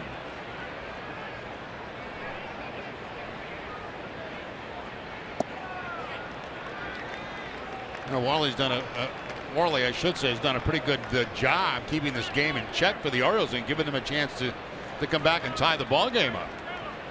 Nothing flashy about what he's doing, but he's just getting outs. 3-0 pitch taking all the way, and that's in there for a called strike.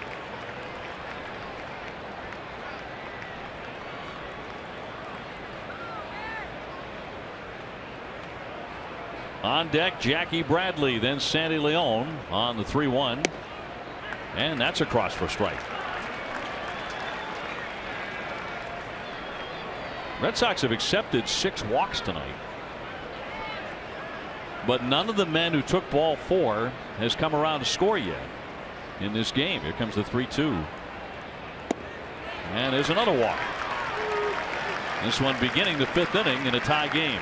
At some point, they've got to start making them pay for these walks. Time to check out the results of our Dunkin' Donuts poll question. Will a Red Sox player win the MVP this season? Overwhelmingly, you say yes, 97%. That might be the biggest wipeout we've seen all season. I think it is. 97%. We said a Red Sox player.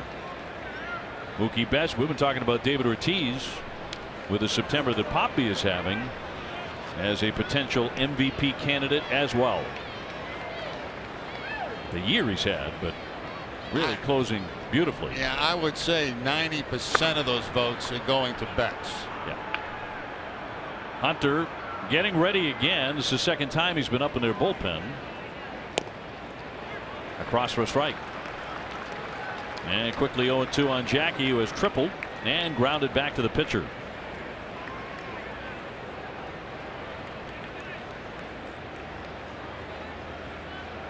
The All-Star with 26 home runs.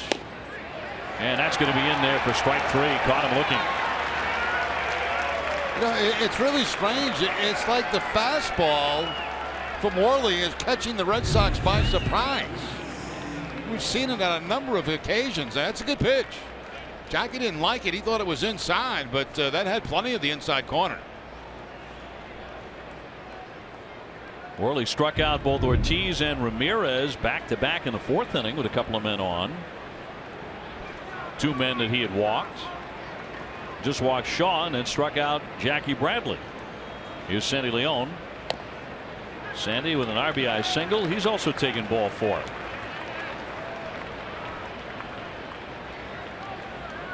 Sox are heading for Tampa Bay, taking on the Rays. Pomerantz against Archer in game 1 tomorrow night.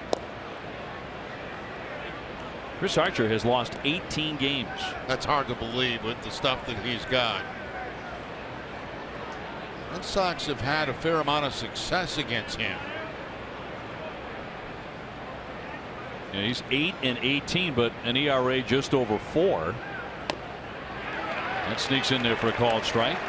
Rolls away from Joseph. No advance though by Shaw at first base. 1-2 the count. Porcello goes on Saturday bidding for his 22nd win. And Rodriguez on Sunday afternoon, and then the Red Sox will be on the charter again and head for New York City. And the last series for David Ortiz at Yankee Stadium.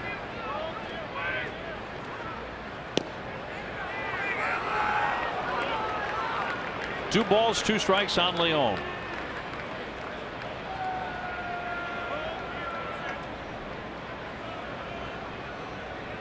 Red Sox leading Toronto by 5. The best the Sox would be able to do tonight is gain half a game because the Blue Jays are idle. And that's going to be in there for strike 3. Back-to-back Ks again. That's what I was talking about. There's the fastball again, and it's almost like the fastball is surprising the Red Sox hitters. It's not overpowering by any means. You can see the velocity, only 88 miles an hour, but the Red Sox have taken an awful lot of them. Sox fans looking for the best seats to the biggest games. Check out the official Red Sox ticket resale marketplace at RedSoxReplay.com. Best place for season ticket holders to sell their tickets when they can't make it to the game. Benintendi now. He has struck out, flied out, 0 for 2. That's right between the catcher's legs all the way to the backstop. And Shaw is up to second base and stopping there. Yeah, that's one you generally see blocked by the catcher because it is a curveball, and they usually expect that ball down in the dirt. And very seldom do you see a breaking ball go through the 5-hole. Just brings the glove up too soon, and right between the legs of the catcher and the umpire, and the Red Sox get a man in scoring position.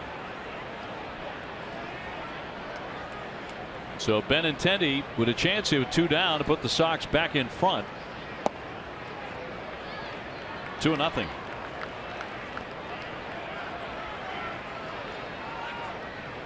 Pedroia on deck.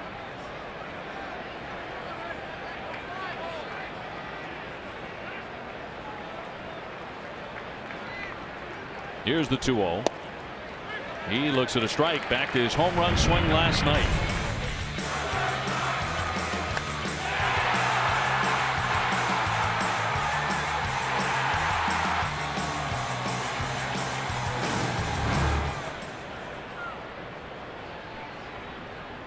Worley with a 2-1 ground ball and through the hole for a base hit. Here comes Shaw being waved in. Trumbo's throw is cut off and the run is in. Throw down to second base in time, but the run did score before the third out was rung up, and the Red Sox are back in front as Benintendi singles to make it 4-3.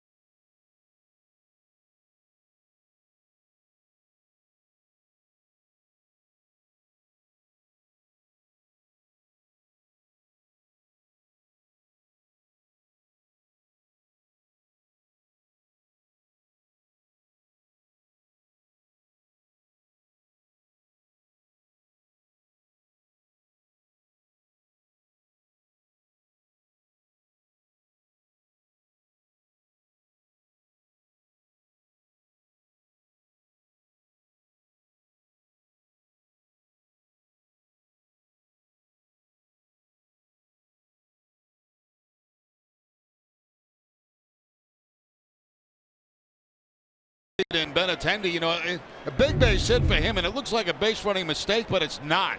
What you want to do is you want to have the first baseman cut this ball off. He thought it was going to be a close play at home plate, and by cutting off the ball and getting thrown out at second, you're assured that the run is going to score. And Shaw did get in to put the Red Sox back in the lead 4-3. It looked like it was going to be very close, so when I saw Butterfield waving him on, this may be a close play. Benintendi did the right thing by going to second base. So 4 RBIs the last couple of nights for the rookie. Starting to become a clutch guy. Swinging a fly ball right field, but Betts right there. That'll set down Davis. David Price needs a 1-2-3 really fast inning in the worst way. Yeah, he really does, you know, to get momentum going. As you mentioned, Dave, he has not had a 1-2-3 inning. That time he tied up Davis with a pitch inside. Stayed away from his power. Machado perfect tonight, 2 for 2 with a pair of singles, and has scored a run. He had not had a hit in the series until tonight.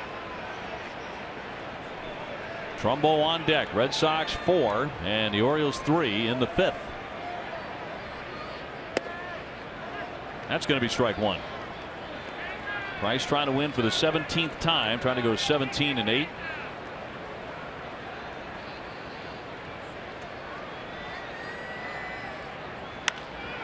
To center. Jackie Bradley in. 2 up and 2 down. Well, so far, Dave, Price has given you what you're looking for. A couple of quick outs here in the 5th. Go after Trumbo now, who has struck out and grounded out. Last time Price faced the Orioles was on September 12th. The Red Sox routed Baltimore 12-2. He pitched very well, though. 8 innings, 2 runs, 8 hits. Been tougher for him here tonight. But he is back in the lead.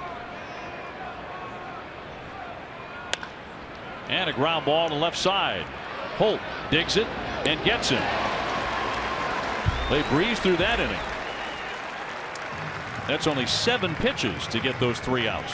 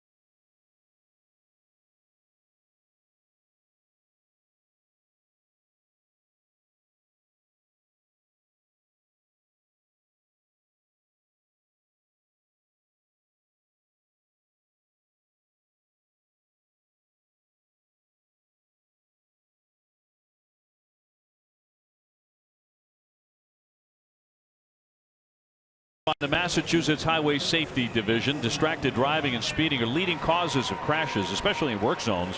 Whenever you see orange cones in the road, be alert and please slow down. The people who work there and their families will thank you.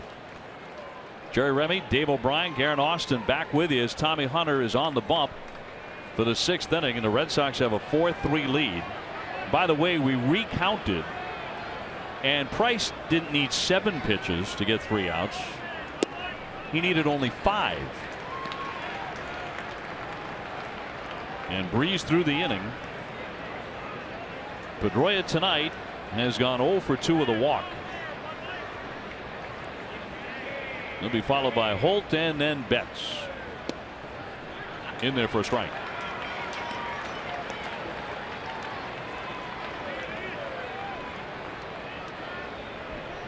Dustin started the ball game hitting .322.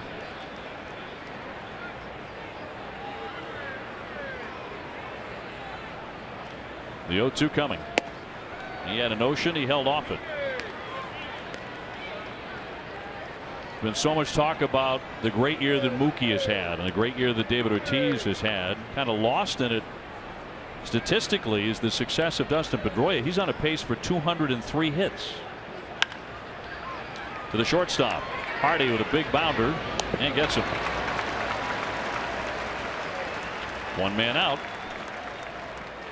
Red Sox season ticket holders, you can experience the best seats, price, and benefits Fenway has to offer.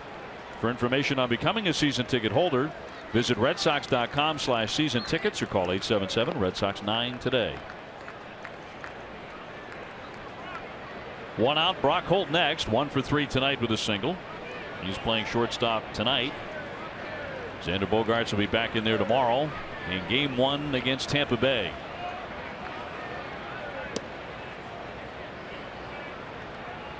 Jerry, we talked a lot about the crowds here in Baltimore. A lot of people have been, but they will be a lot smaller over the weekend at Tropicana Field. Well, it'll be mostly Red Sox fans. That's for sure. Red Sox always draw a pretty good number down in Tampa Bay, but you're right. They're going to be very, very small crowds.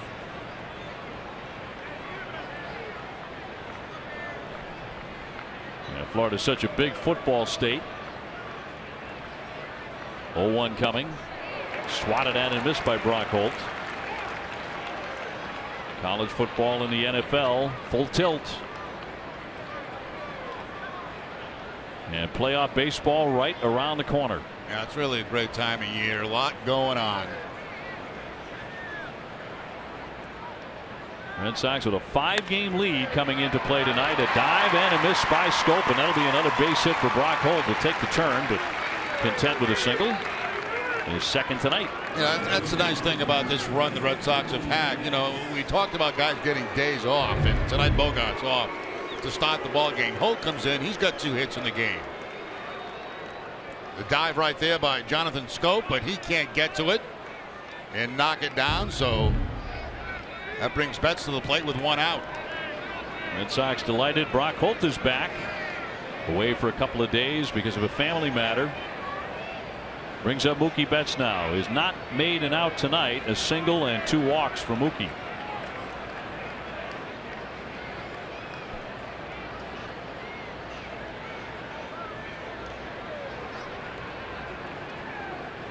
And 4 steals on the season for Holt. He's been caught 3 times. What do you think? Do you put a play on here? I don't think so. No, not with Mookie at the plate and Ortiz on deck. 108 RBIs for Betts. Runner holding and across for a called strike. That's just me. I would be very conservative with these 2 guys coming to the plate in this situation. 2 of your 3 100 RBI men for the Red Sox. Jackie Bradley with an outside chance to join them. Ground ball right at Hardy to Schoop. That's 1, and they turn the double play. That retires the side. Nothing doing in the 6th for the Red Sox. They're on top 4-3.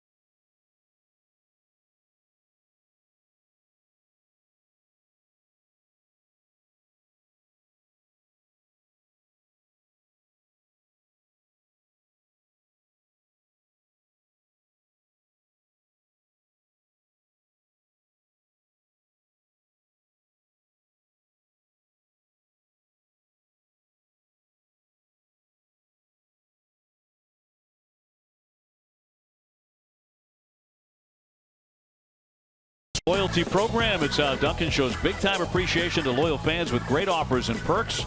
Enroll today at ddperks.com or on the Dunkin' mobile app. The Red Sox run on Dunkin'. Last half of the 6th inning, Red Sox ahead 4-3 in Baltimore, looking for a 4-game sweep. This kid has been troubled. The rookie out of Winter Haven, Florida. Mancini ripped a 3-run homer to tie the game in the 3rd inning. His 2nd home run in this series. And he lines that one to right. That's going to be a fair ball. Down into the corner. Betts has to go and get it. Into second base, a double for Mancini. He's finding major league pitching to be all right with him. That's the 2nd time he's beat Price on changeups. It was a changeup for the home run, a high changeup.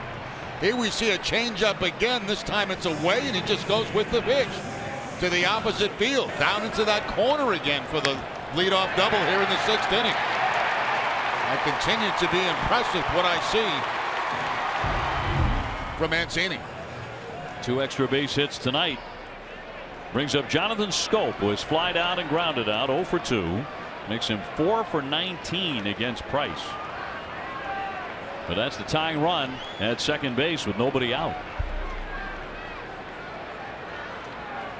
It has been a struggle for Price, except for the last inning, when he got the 1-2-3 on 5 pitches.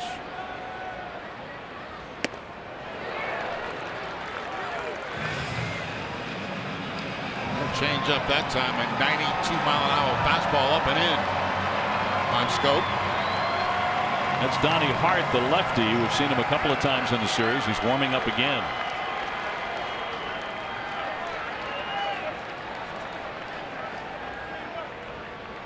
Mancini leading away from second, and the 0-1 cut on and missed.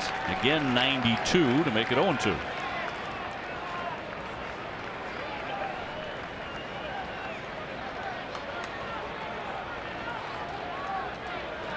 So the Red Sox have handed Price a couple of leads tonight.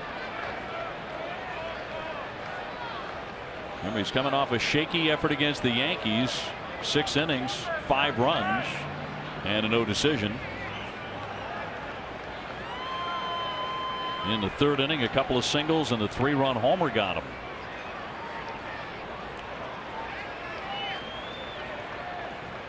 Looking to put away Schoop.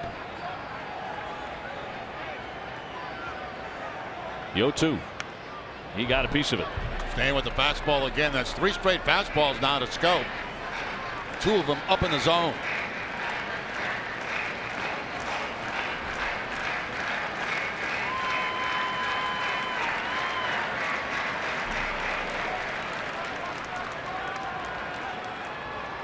This is typically a very good time of the year for the left-hander Price. He's a career 23-7 in September.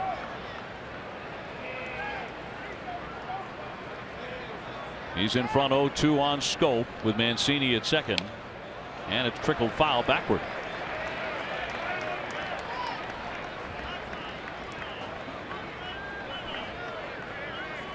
Of course, the last 3 games of the regular season are back home at Fenway on September 30th and October 1 and 2. Season ends on October 2nd against Toronto. Red Sox in great shape to be playing beyond that with this 5-game lead, and now Price will step off the rubber. He's having a tough time getting on the same page here with Leon, with the man at second base.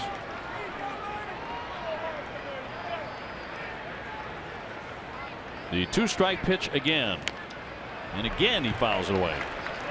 Basically, he has stayed fastball after fastball too to Jonathan Schoop. Schoop was in a pretty deep slump when this series got underway, but he's starting to swing it much better. 2 for 4 last night. He had been 4 for 11 coming into game 4.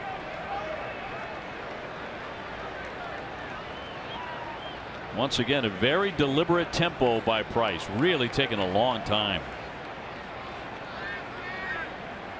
And still can't get together with Sandy Leon. No, it's a number of different set of signs that Leon has put down.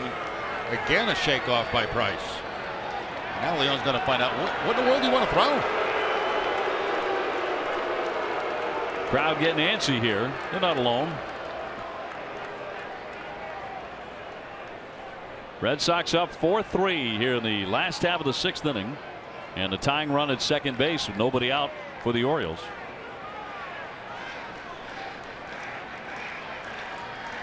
The Red Sox can pull this one out and get the sweep. They will improve to 89 and 64.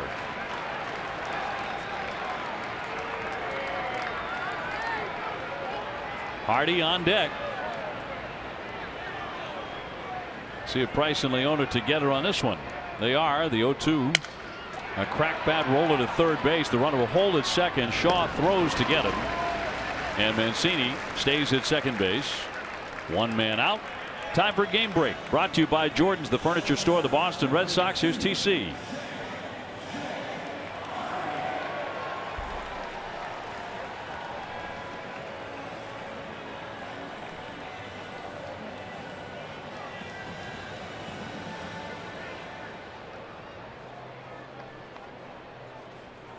Tom, thank you very much. There's that wild card. Blue Jays in the lead spot. Of course, 2 make it. At the moment, the Orioles are in, but as Tom said, if the Tigers sweep, they could wind up in front of the Orioles tonight. Here's Hardy. He's gone 1 for 2 with a base hit. He had a fractured shin early in the season, so he missed a chunk of time, and they missed him. Very, very good defensively. He's won a Gold Glove. He can hit for power.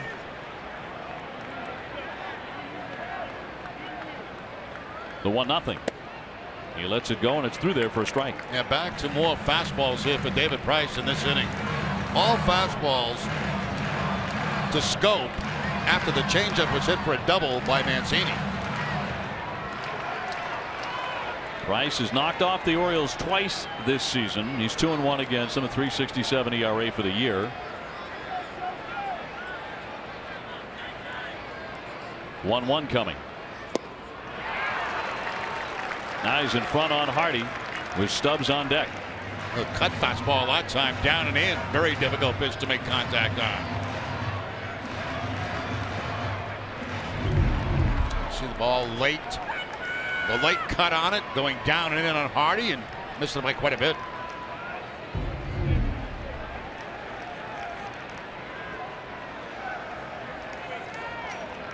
Price can win his 8th consecutive decision tonight. 1-2. Fly into center, racing out. Brock Hope, Bradley coming on. Jackie, a routine play for him. And there are 2 down. Stubbs next. If you live outside New England, you can catch NESN's 2 David Ortiz documentaries on DirecTV, Dish, UVerse, Bright House, Frontier, Time Warner, and Fios. These works presented by Foxwoods Resort Casino. Check NESN.com/national for channel listings and availability.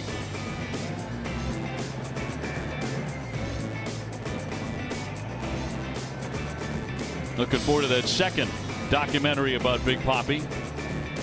First one was a big hit.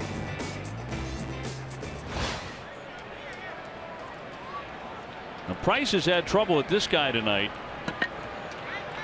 Stubbs hitting .250 with a couple of home runs, but Price has been really careful with him, and he's walked him twice. Does have 2 out here.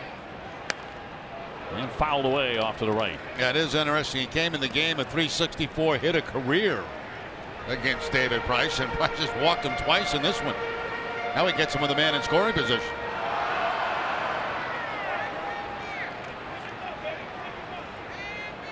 In the 7th, the Red Sox will have due up Ortiz, Ramirez, and Shaw against the Oriole bullpen. Chris Tillman only lasted an inning and 2/3 tonight. He did not have it from get-go. Here comes the 0-1 pitch. That's fired in there for a called strike at 93. You're right. He's going fastball heavy in this inning. Yeah, after that changeup to Mancini that was hit for a double, he has basically stayed with the fastball. 0-2 on Stubbs. Price trying to get him for the first time tonight.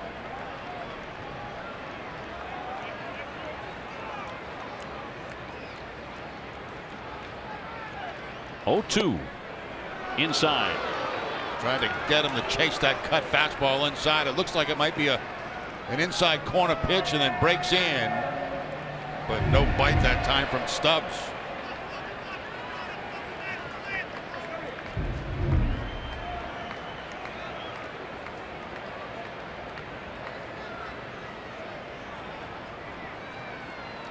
The left-hander checks his runner and the 1-2. Fastball inside. 95, but not a strike.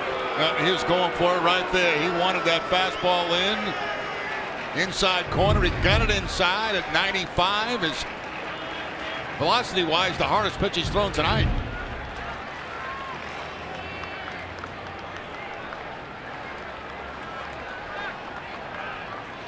Joseph would be next. 2 balls, 2 strikes, 2 out. A man at second. That's the tying run.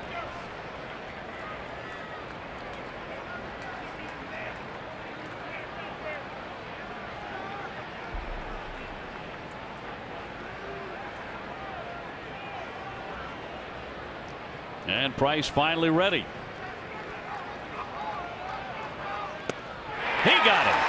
He struck him out swinging. Made a big pitch on Stubbs there and freezes that runner at second base.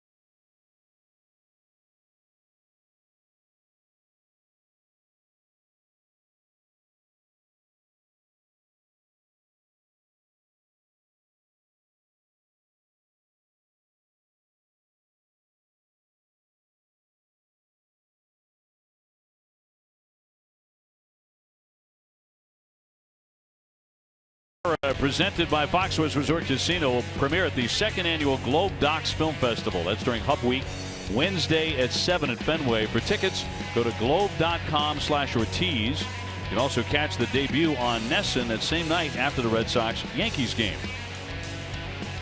Big Papi tonight with a couple of walks. One of those coming with the bases loaded to pick up his 122nd RBI. He'll be taking on a left-hander Donnie Hart coming out of the bullpen to face David here to begin the 7th inning with the Red Sox in front 4-3. And in 18 appearances, he's been very tough. David driving in a run in the 2nd inning by taking ball 4. And that gave him the record for RBIs in his last season. in any player's final season of 122 as he passed shoeless Joe Jackson, drove in 121 runs way back in 1920. The records just keep pouring in for David.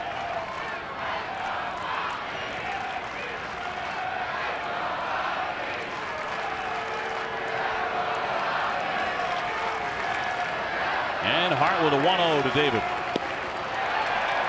1-1. A little tough to pick up there, dropping down to the side. He throws that breaking ball, a slider to the outside part of the plate. As a left-handed hitter, you just hope he makes a mistake inside with it.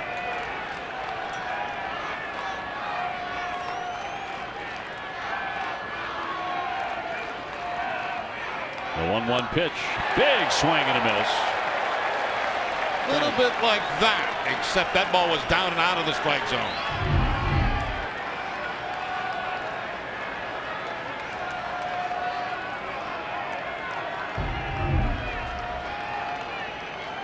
David taking aim at Utah Street with that swing. And a 1-2. And a ground ball into the shift. Scope and shallow right. Will put him away. One gone here in the 7th inning. Stay tuned for Red Sox Final, presented by Plainridge Park Casino. TC, Tim Wakefield, and Steve Lyons have an update on the playoff races in the American League. Red Sox leading this one 4-3 as they bid for the 8th consecutive victory. Hanley Ramirez has gone 1 for 3. He drove in a run, very first run of the ball game, with a single in the 1st inning. Since then, he has popped up and struck out.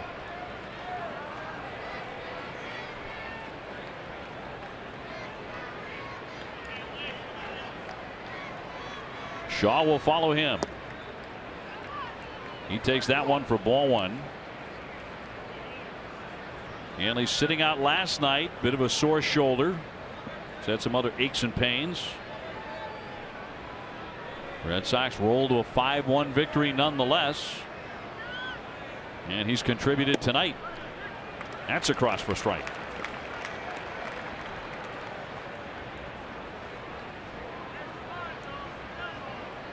Hanley Ramirez is really going to miss David Ortiz. He's not going to be alone, but we're talking about a guy that Hanley calls my big brother.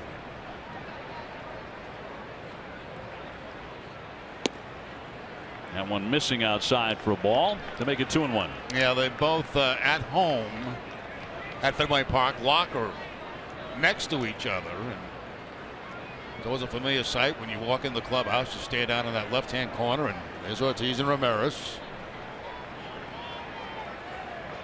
2-1 coming. That finds the mark for a called strike. You've been going in that clubhouse every day for David's entire career. And it's just going to be strange not to see him there, to feel his presence in that clubhouse anymore. 2-2, hammer to right field, high and deep. That one headed for the wall, rising up, and that baby is out of here. How about Hanley going to the opposite field for a home run to make it 5-3? That is some power. 29 home runs. He drives in his 2nd run of the ball game. If you're Buck Showalter right now, you're really upset because, you know, you make the move to the left-hander. You got Ortiz and Shaw coming up, followed by Bradley. And you say the one guy you don't want to have hurt you in this situation is the right-handed Ramirez. Well, what does Hanley do? He goes other way for the home run. Set up away, pitch away, Hanley going the other way. What a nice piece of hitting that was by Ramirez. Number 29.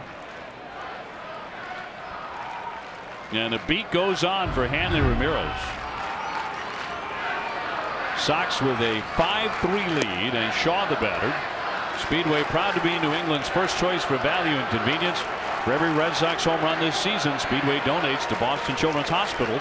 Stop by a Speedway near you and pick up your free Speedy Rewards card and start earning points today.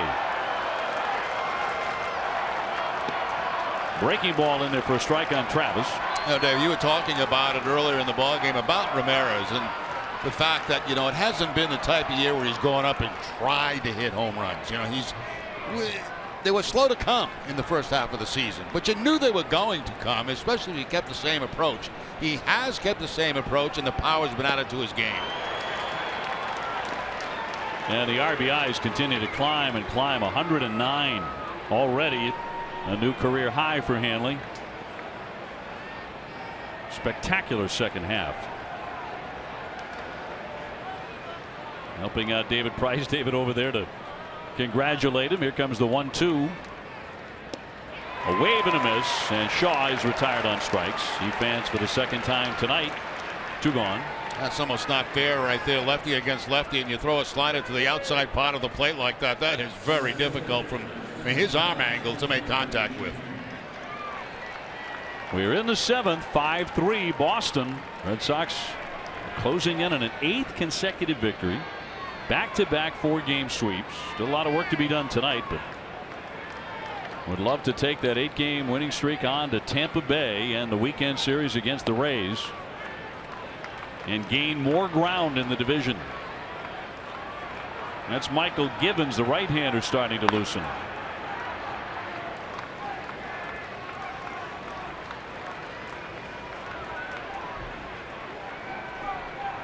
And the 0-1 from Hart. Fastball in there for a strike. Now Jackie tonight with a triple and a run. He's also grounded to the pitcher and struck out. He drove a triple down the right field line and would later score on the base hit by Sandy Leon. The Red Sox got 2 in the second inning to take a 3-0 lead. Baltimore fought back and tied it up on a home run by Mancini, and now the Red Sox have gone back in front 5-3. After that fastball inside, let's see if he goes back to the breaking ball down and away from Bradley.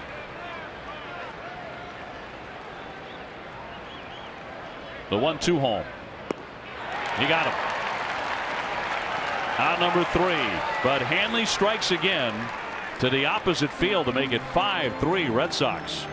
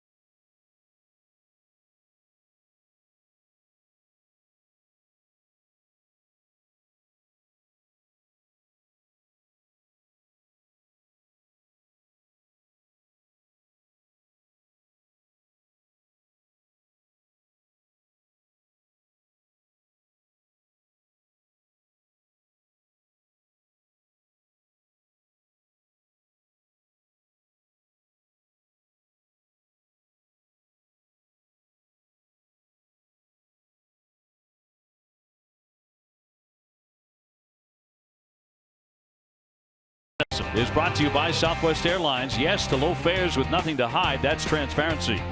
BuyAToyota.com, Toyota's website for deals. Digital Federal Credit Union. See what DCU can save you. And by the 2017 Kia Sportage. Visit anykiadealers.com to learn more. Red Sox in the lead here. 5-3. Price's pitching line brought to you by Ace Ticket through 6. It's been up and down. He's walked a couple. It's up to 89 pitches. Best inning was the 5th inning when he needed only 5 pitches to get them 1, 2, 3. Just about every inning he's been on the verge of giving up a run. So far he's allowed 3 runs on 6 hits. Joseph tips that one foul. He has grounded out and struck out tonight. It's a classic example of a real good pitcher fighting his way through a ball game, willing his way through it. Not the best stuff that David Price has ever had tonight. It may be good enough in the end to sweep the Orioles. Jones on deck, and then Davis. A pop-up on the right side. Play for Hanley Ramirez. And there to catch it for the out. Let's get on to Garen Austin. Well, Obi, Hanley Ramirez is not the only person who is going to miss David Ortiz. I was talking with Adam Jones the other day, and he said he's played his entire career against David Ortiz in the Red Sox lineup. He said, as an opponent, I'm not going to miss him crushing balls over my head, but as a fan of his and as a fan of the game, I'm going to miss him. I'm going to miss the character that he brings to the game of baseball and the lives he's touched on and off the field. Jones said he earned the name Big Papi for a reason, and he's really lived up to it. Guys? Yeah, that's a mutual admiration society because David really likes Adam Jones, and he's followed his career since the very beginning. They become pals. Jones tonight 0 for 3. He's popped up, grounded out, and flied out.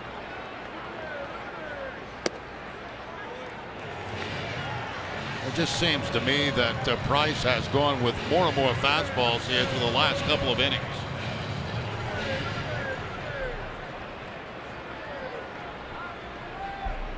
Davis would be next. Bases empty and one down. Bottom of the 7th. 5-3 Boston. David pitching with the initials TW on his cap tonight. We talked about this earlier. Terry Wanthelangzi, great friend of his, a former roommate, who passed away on Saturday. Complications from a brain tumor. He'd been fighting for several years. So Saturday, a very, very tough day for David. When he learned of Terry's passing just 4 hours before the start, the 0-2, he jammed him there.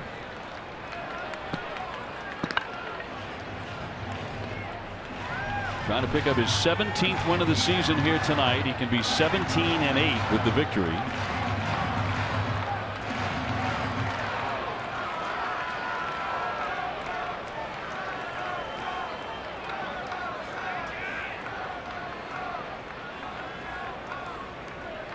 Jones 28 homers, 82 RBIs, another very solid year for the leadoff man. The 0-2. Tried to sneak it inside, but he missed.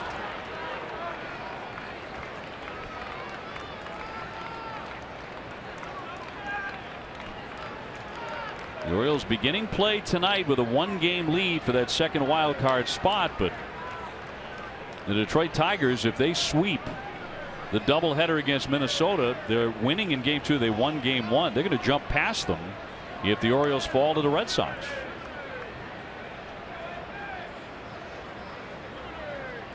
One-two coming. Right by everybody to make it 2-2. And there he tries the changeup again, and the changeup really has not been there for him tonight. And that's been unusual. Yeah, it really has. You know, he's really working this game without the benefit of one of his major weapons. And against a tough lineup. Matt Barnes up in the pen. And next pitch, number 97 for Price. Could be working his last inning of the game. The 2-2. Cut on and missed. Leon has to gather that and get him on the throw to complete the strikeout. That is out number 2. Well, just as we talk about the changeup not being there, that was the changeup that Adam Jones chased right there for the strikeout.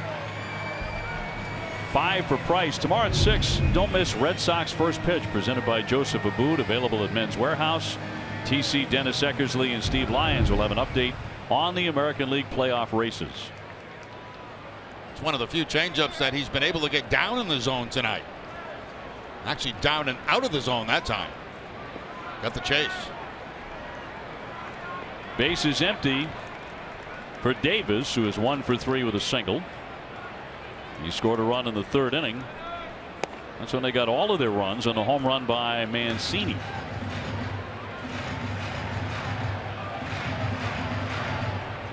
And for the Red Sox, come the 8th inning, it'll be Leon, Benintendi, and Pedroia due up against the Oriole bullpen, which has been in the game since the 2nd inning. The 1-0. Popped him up over second base. Shaw is over on that side and behind the bag will make the catch. Good inning for Price. He gets him 1, 2, 3.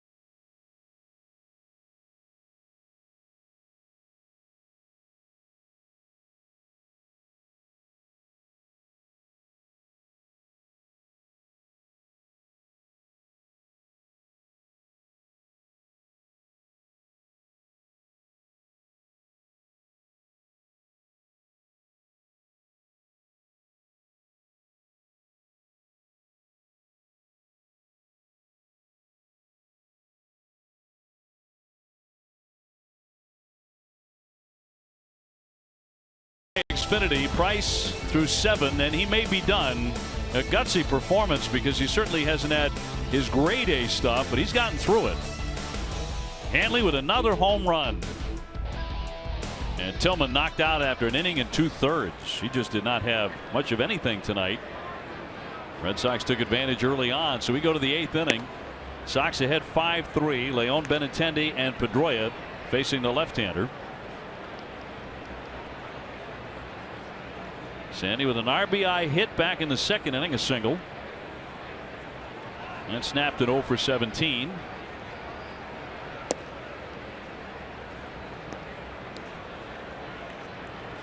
Red Sox closing in on 8 straight wins. The 7 in a row they've won is a season high. Opening up a 5-game lead with 10 to play, which includes tonight's game, and that one grounded foul. So if the Sox win tonight, the best they'll be able to have is a 5.5-game lead over idle Toronto with 9 left. Koji loosening up in the pen. He's become the 8th inning man.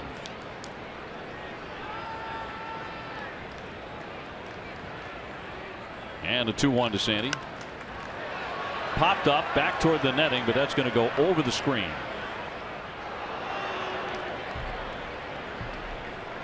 Yeah, Toronto making their way back from the West Coast yesterday or last night, where they lost a heartbreaker in extra innings to Seattle. It's a game the Mariners had to have for any chance in a wild card race.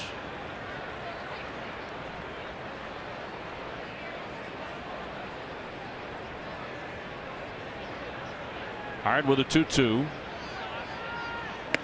High and tight, knocks him down. A little chin music. Leon diving into the ball, and that ball got under his chin in a hurry. It's a guy like this that throws from the side. You kind of thinking middle out. Instead, that ball way up and in on Leon, and down it goes.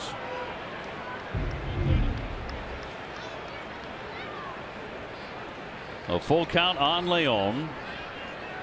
8th inning, Sox up by 2. Just announced the attendance here tonight at 26,788, so the biggest crowd of the series, and by quite a bit.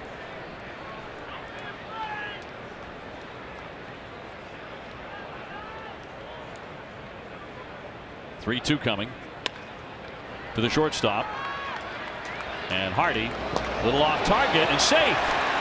That pulled Davis off the bag. Should have been a routine out, but Hardy will be charged with an error. Now that is very rare to see J.J. Hardy make a misfire to first base. Has to go to his right a couple of steps over the top throw, and will pull Davis off that first base bag. Clearly off the first base bag was Davis, and that is a very rare misfire by J.J. Hardy. They have played a sloppy series, made 3 errors last night, and a gigantic error by the first baseman Davis. Those of you just joining us, we welcome you here to Camden Yards, where the Red Sox have a 5-3 lead in the 8th inning. One of those runs on a home run by Hanley Ramirez, a bunt drop down by Benintendi. The pitcher Hart will throw to get him, and down to second, Sandy Leon. Red Sox trying to churn out another run and get some more breathing room tonight. Yeah, well done by Benintendi right there as he facing the left-hander. He gets himself in a very good bunting position to get that ball down the first base line. The reason you want to go down the first base line is because they have to hold that runner on. Well, Buck Showalter makes another pitching move. He goes out to the hill. That's all for the left-hander. With Pedroia coming up, he wants Givens, the right-hander.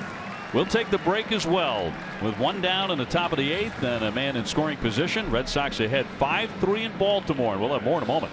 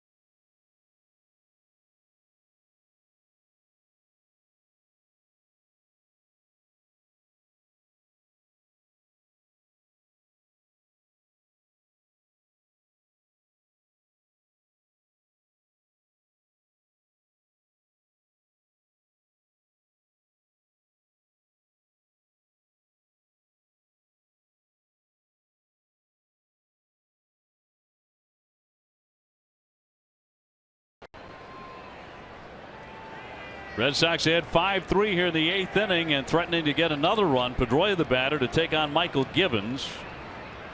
And Petey tonight is 0 for 3 with a walk.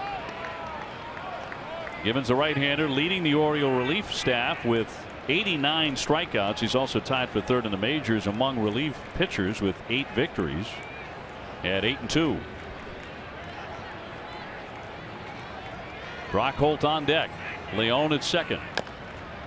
On the infield, a pitcher with a backhand took a look behind him. He'll sling it on to first to get the out. Leon down to third base with 2 away. Let's get down to Garrett Austin. Opie, in his final season, David Ortiz is still one of the top hitters in baseball, and now you can get free text alerts to let you know every time he is coming up to bat, along with advance notice of his farewell celebrations on the road and special Poppy programs coming up on NESN.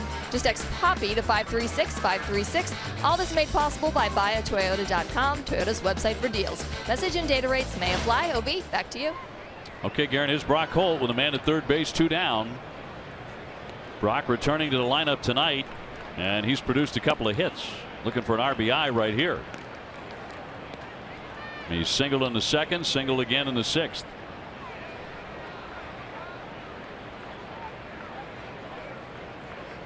Five runs, 8 hits for Boston. 3 runs, just 6 hits for the Orioles. Koji still warming in the bullpen. So it appears that David Price is done and in line for the victory, which would be 8 in a row for the lefty should he get it. And 8 in a row for the Red Sox overall. 2-0 is in there for a strike. It's pretty nasty stuff from Givens. He just kind of slings that ball up the home plate. That time a changeup at 84 miles an hour.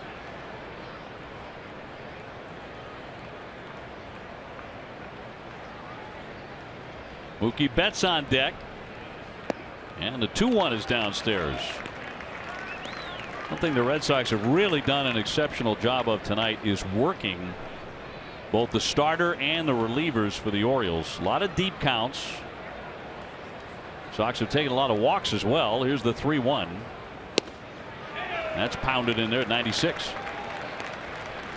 It's almost like Brock, who's seen so many off-speed pitches, was not expecting the fastball on the 3-1 count. Mookie Betts has walked a couple of times tonight. He would be next. Leone at third, the 3-2. And he fouls it back to the screen.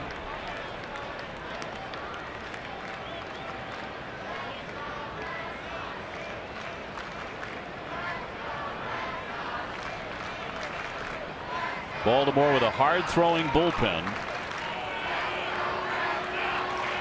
They have not been able to get to Britton in the series. That one is flicked foul out of play. Another guy in the Cy Young conversation. Their left-handed closer, Zach Britton, who recorded his 45th consecutive save on Sunday. 45 for 45.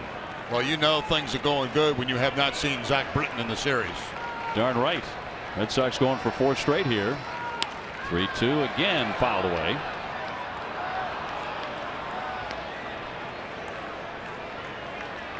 And a victory for the Red Sox tonight would push Baltimore 7 games back. You see just how tight those guys are, as we talked about it earlier. Big brother relationship. David Ortiz with Hanley. Fly down the left field line, but foul by Brock Holt. Having a really fine at bat here. He's had a number of them tonight. Yeah, a lot of pitches seen here by Brock Holt. A lot of off-speed pitches early in the bat. Last couple fastballs. Sandy Leone at third base. Led off the inning reaching on an error by the shortstop. He was bunted over by Benintendi, and then Pedroia's ground ball moved him to third. Holt's trying to bring him in. Another good foul ball by Holt. That was pretty nasty. Fastball outside corner. Flicks it foul.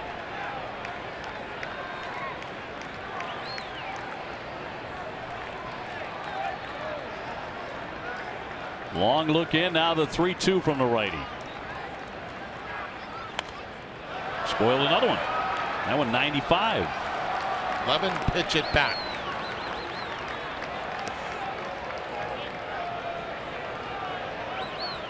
So does Givens have the pitch to get out Brock Holt? That's the question now. 2 down. Back to the fastball inside. Fouled off again. Quite a battle here.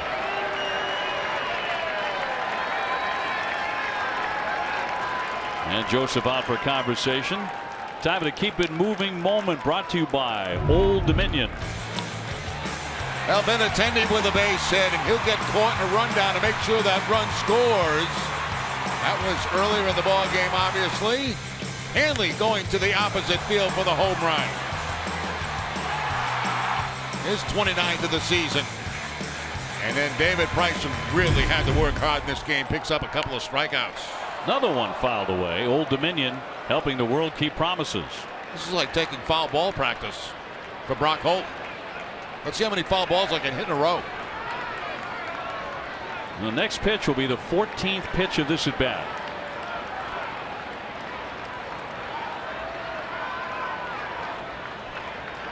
Leone at third with 2 down, and the 3-2 again. And he pops him up this time. And Hardy drifting into left, called off by Stubbs. Long at bat. He's a little tired. We go to the last half of the 8th. Red Sox 5 and Baltimore 3.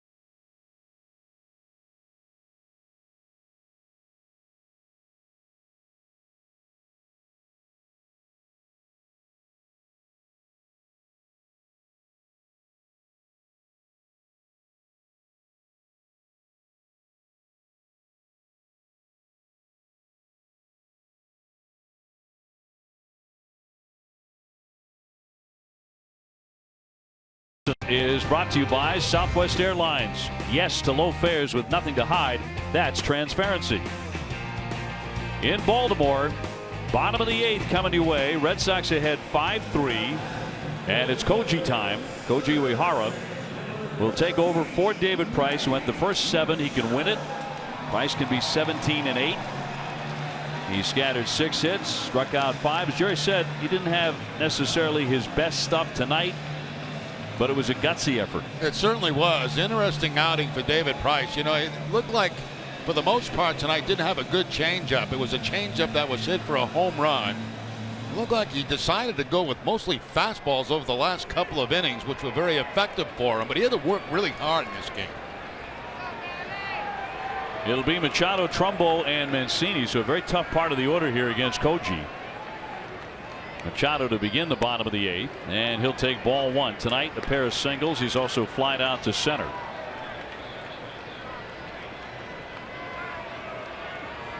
David Price with 5 strikeouts tonight. Here's the 1-0, and it dips in there for a strike. Back-to-back split-fingered fastballs from Koji. Trumbo next. Koji used 12 pitches to retire Davis, Machado, and Trumbo in order in the 8th inning on Tuesday here. Another strike.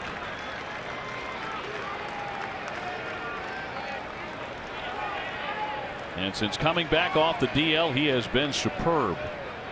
The entire Red Sox bullpen has been outstanding in the month of September. Could not get him to go after that split.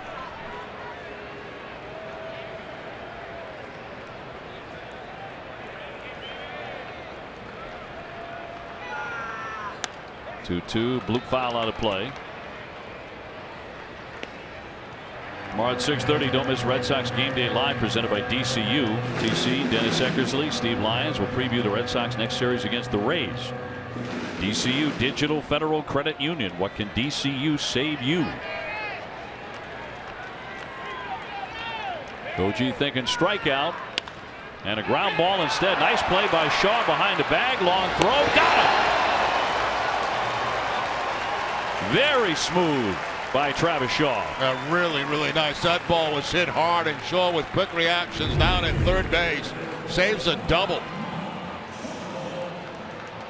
Backhanded play very quickly back to his feet, and a strike to Ramirez. The guy was leaning to his left and then had to quickly adjust to go back to his right to make the play on the ground ball. Koji loves it. One out now. Trumbo. There's a rocket, but he hooks it foul. He was too quick on that one and pulled it. And the dad with the baby comes up with a souvenir for the little one. Don't drop the baby, please. No. For a baseball. A Sox fan. And a Sox fan.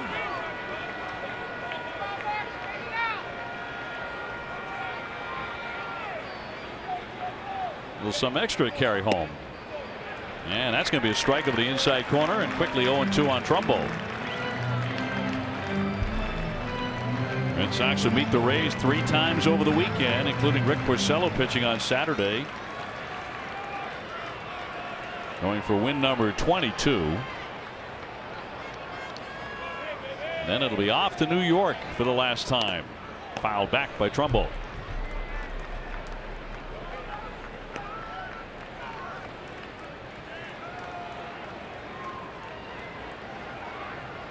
Trumbo in the series 2 for 15 and has not hit a home run.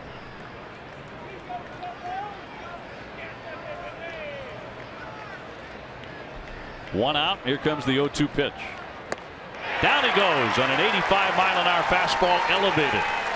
Continues to amaze me, you know, how Koji gets outs on fastballs. I mean, you're always thinking about that split-fingered fastball, and there's 85 elevated and chased by Trumbo. I mean, you're so conscious And that off-speed split-fingered fastball that he can get the fastball by you.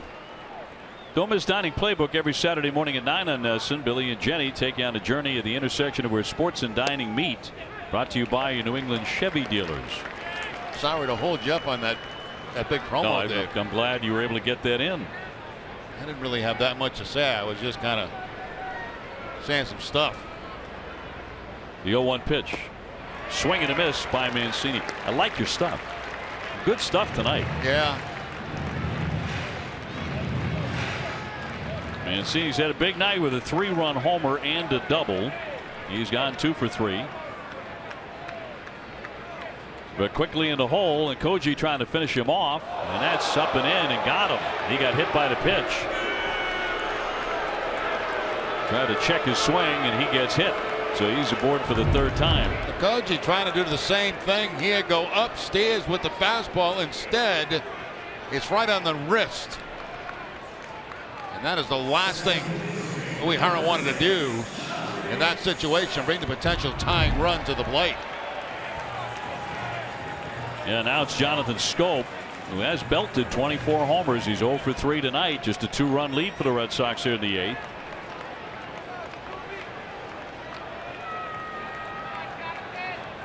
Koji trying to be the bridge to Kimbrel here in Baltimore. A wave and a miss for strike 1. Back to the splitter, down in the zone.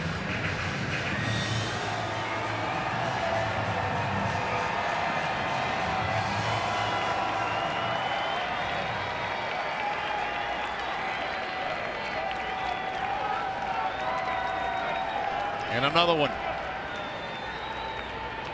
The 0-1. High fly, but foul. That was a dangerous one right there. That split did not go down where they wanted it. It stayed in a good hitting position, but out in front of it was Schoop. Ooh, that's dangerous right there. Caught a lot of the plate. Kind of a spinner that hung up there. Yeah. Off speed enough for his profile. So the count 0-2. Going to elevate again with the fastball. He got him. He struck him out. I don't know how he does it, but 85 miles an hour, and he blows away Schoop. And the Red Sox still have the lead, 5-3.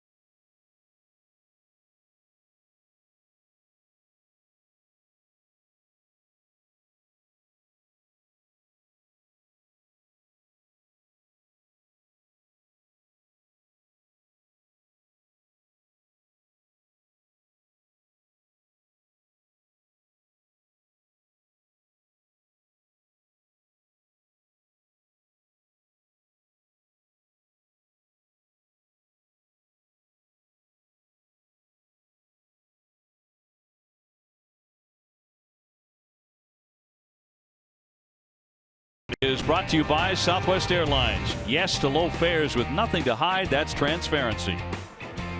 To the ninth inning, Red Sox ahead 5-3. Zach Britton had not appeared in this series until now.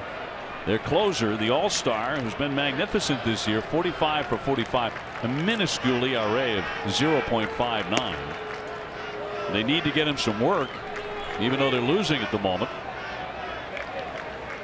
Betts, Ortiz, Ramirez. And the three he'll face. Mookie with a single, 2 walks, and he's been doubled up. And Kimbrel throwing in the bullpen. And looking for a save to lock this one up and send the Red Sox to Tropicana Field with an 8-game winning streak. They do appeal. And a strike. 1-2 the count on Mookie. This guy's got one of the hardest sinkers in the league. I mean, he is really, really tough. He's the only qualifying reliever in the majors with a 100% save percentage. Rolled foul. CVS Health is a proud supporter of Stand Up to Cancer. Now through October 1st, you can support innovative cancer research by making a donation at CVS pharmacy locations, or you can donate online at cvs.com/SU2C.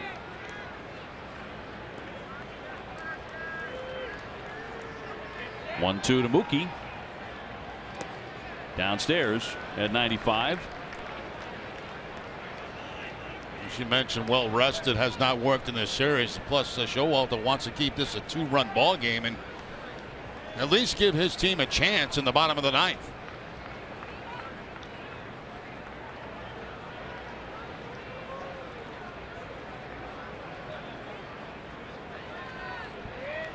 And a lefty with a 2-2 to the MVP candidate, who is 5 stolen bases away from a 30-30, 100 RBI, 100 run, 200 hit season. Other than that, Mookie has not done very much this season. Underwhelming. Some year. 3-2. High fly ball left center. No carry on that. Jones is in. One man away in the Red Sox ninth. And here comes David Ortiz for the last time at Camden Yards.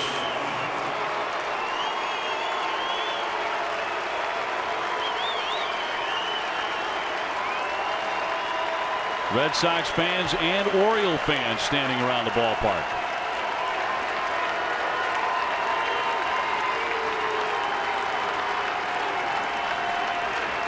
So unless they meet in postseason play, this is it for David in this ballpark, it would appear.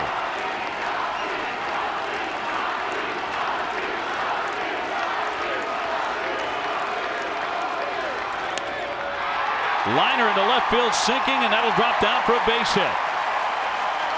So David aboard for the third time tonight, 2 walks and a single. Now, if the Red Sox win this ball game in 9 innings, that'll be his final at bat here.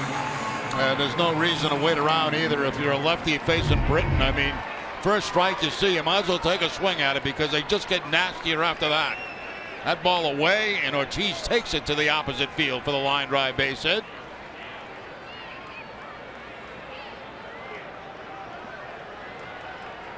So Big Papi aboard in front of Hanley Ramirez, who's had another good night. He's driven in 2 runs, a single and a home run, a homer to right field. That'll be strike 1. He is 2 for 4. 61 RBIs since the All-Star break for Hanley, tops in baseball.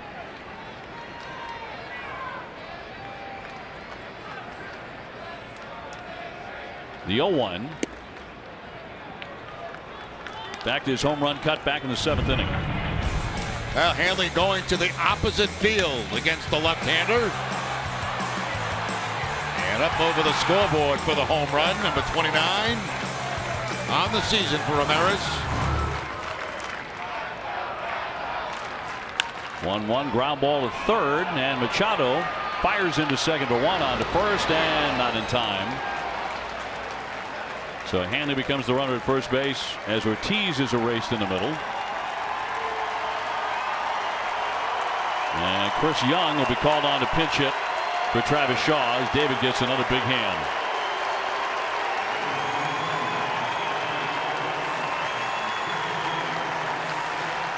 And another goodbye, another farewell for Big Papi. Base hit here in the 9th inning.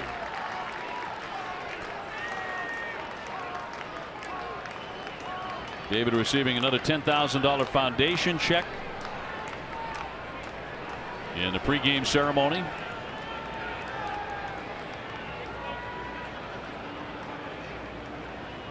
And he did pick up an RBI tonight as well, number 122, with a bases loaded walk in the 2nd. So here comes Chris Young with 2 down, and Ramirez the runner at first base. We are in the 9th. Red Sox ahead 5-3.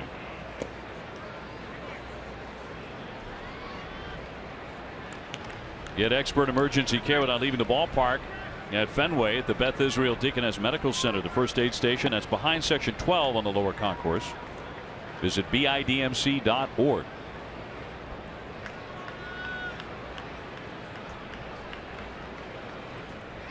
And a 1-0 pitch to Young. Been a very hot hitter. To third again. Machado goes the short way for out number 3. That'll do it for the Red Sox. Kimbrel on next. We go to the bottom of the 9th. Red Sox trying to win their 8th consecutive game.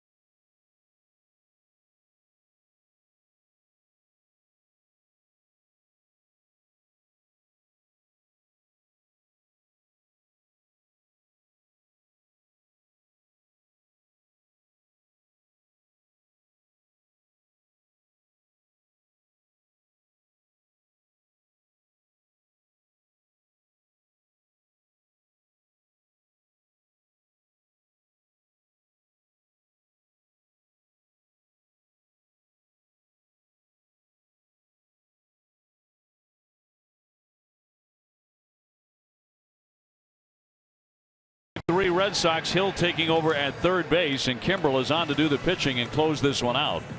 Bob's Discount Furniture is going to bat for the Jimmy Fund again this year. Bob will donate $1,000 to the Jimmy Fund for every game saved. Everybody saves at Bob's, the only choice for untouchable furniture value. Available in store at mybobs.com. So the Red Sox 3 outs away from an 8th consecutive victory and back-to-back 4-game sweeps, which you just don't see in the big leagues. You can save it for David Price, who would go to 17-8, and he would win his 8th consecutive decision. And Hardy, the first man in here in the bottom of the 9th. And it is in there at 95 for strike 1. Hyun-Soo Kim is in the on-deck circle. You would hit for Stubbs.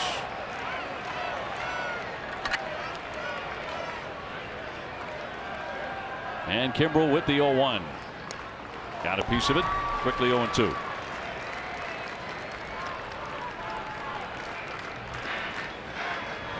And tonight for the Red Sox, Mookie Betts on base 3 times. David Ortiz on base 3 times. Hanley Ramirez with 2 RBIs, including a home run.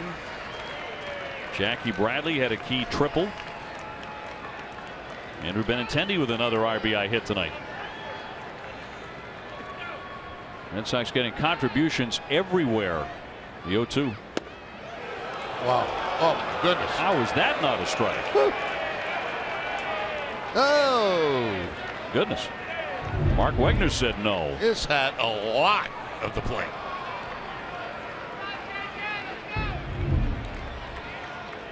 One of the better pitches thrown tonight by anybody. No reaction from Kimbrel. 1-2. High pop down the right field line. Betts cruising over near the stands, but off into the seats.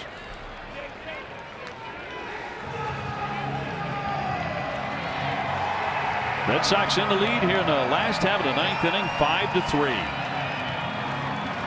This would be a huge hurt put on this Baltimore team. This will drop them, if the Red Sox win it, to 7 games out.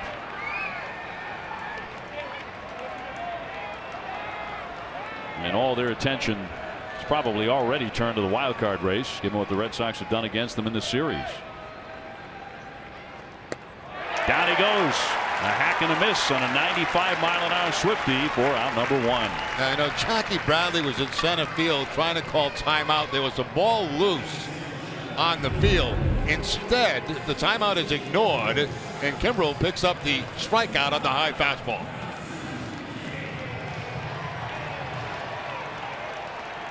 Look at Jackie in center field. This is after he realized it was too late.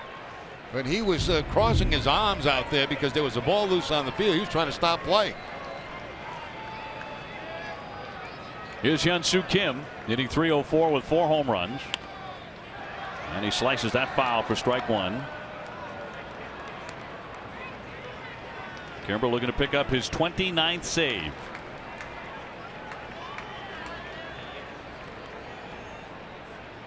Koji working the 8th inning with 2 strikeouts. Kimbrel striking out the leadoff man here in the 9th inning. 1 ball, 1 strike. Red Sox are about to fly to Florida to take on the Tampa Bay Rays for a 3-game series, as Wieters has appeared in the on-deck area.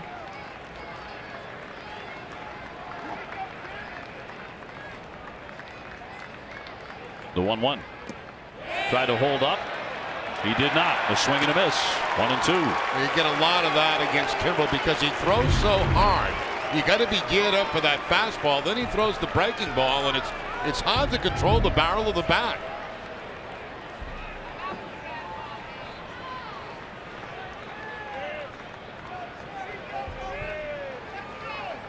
Red Sox continue to whittle down that magic number to win the division. Right now it's at 6.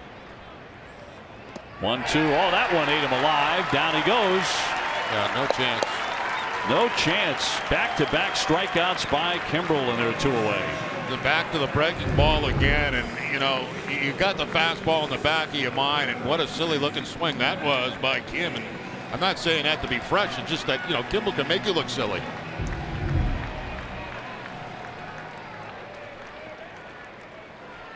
Red Sox relievers have struck out 4 of the last 5 hitters for the Orioles. And now Wieters at 235 with 14 home runs. David Ortiz about to say goodbye to Camden Yards, which has been very good to him over the years.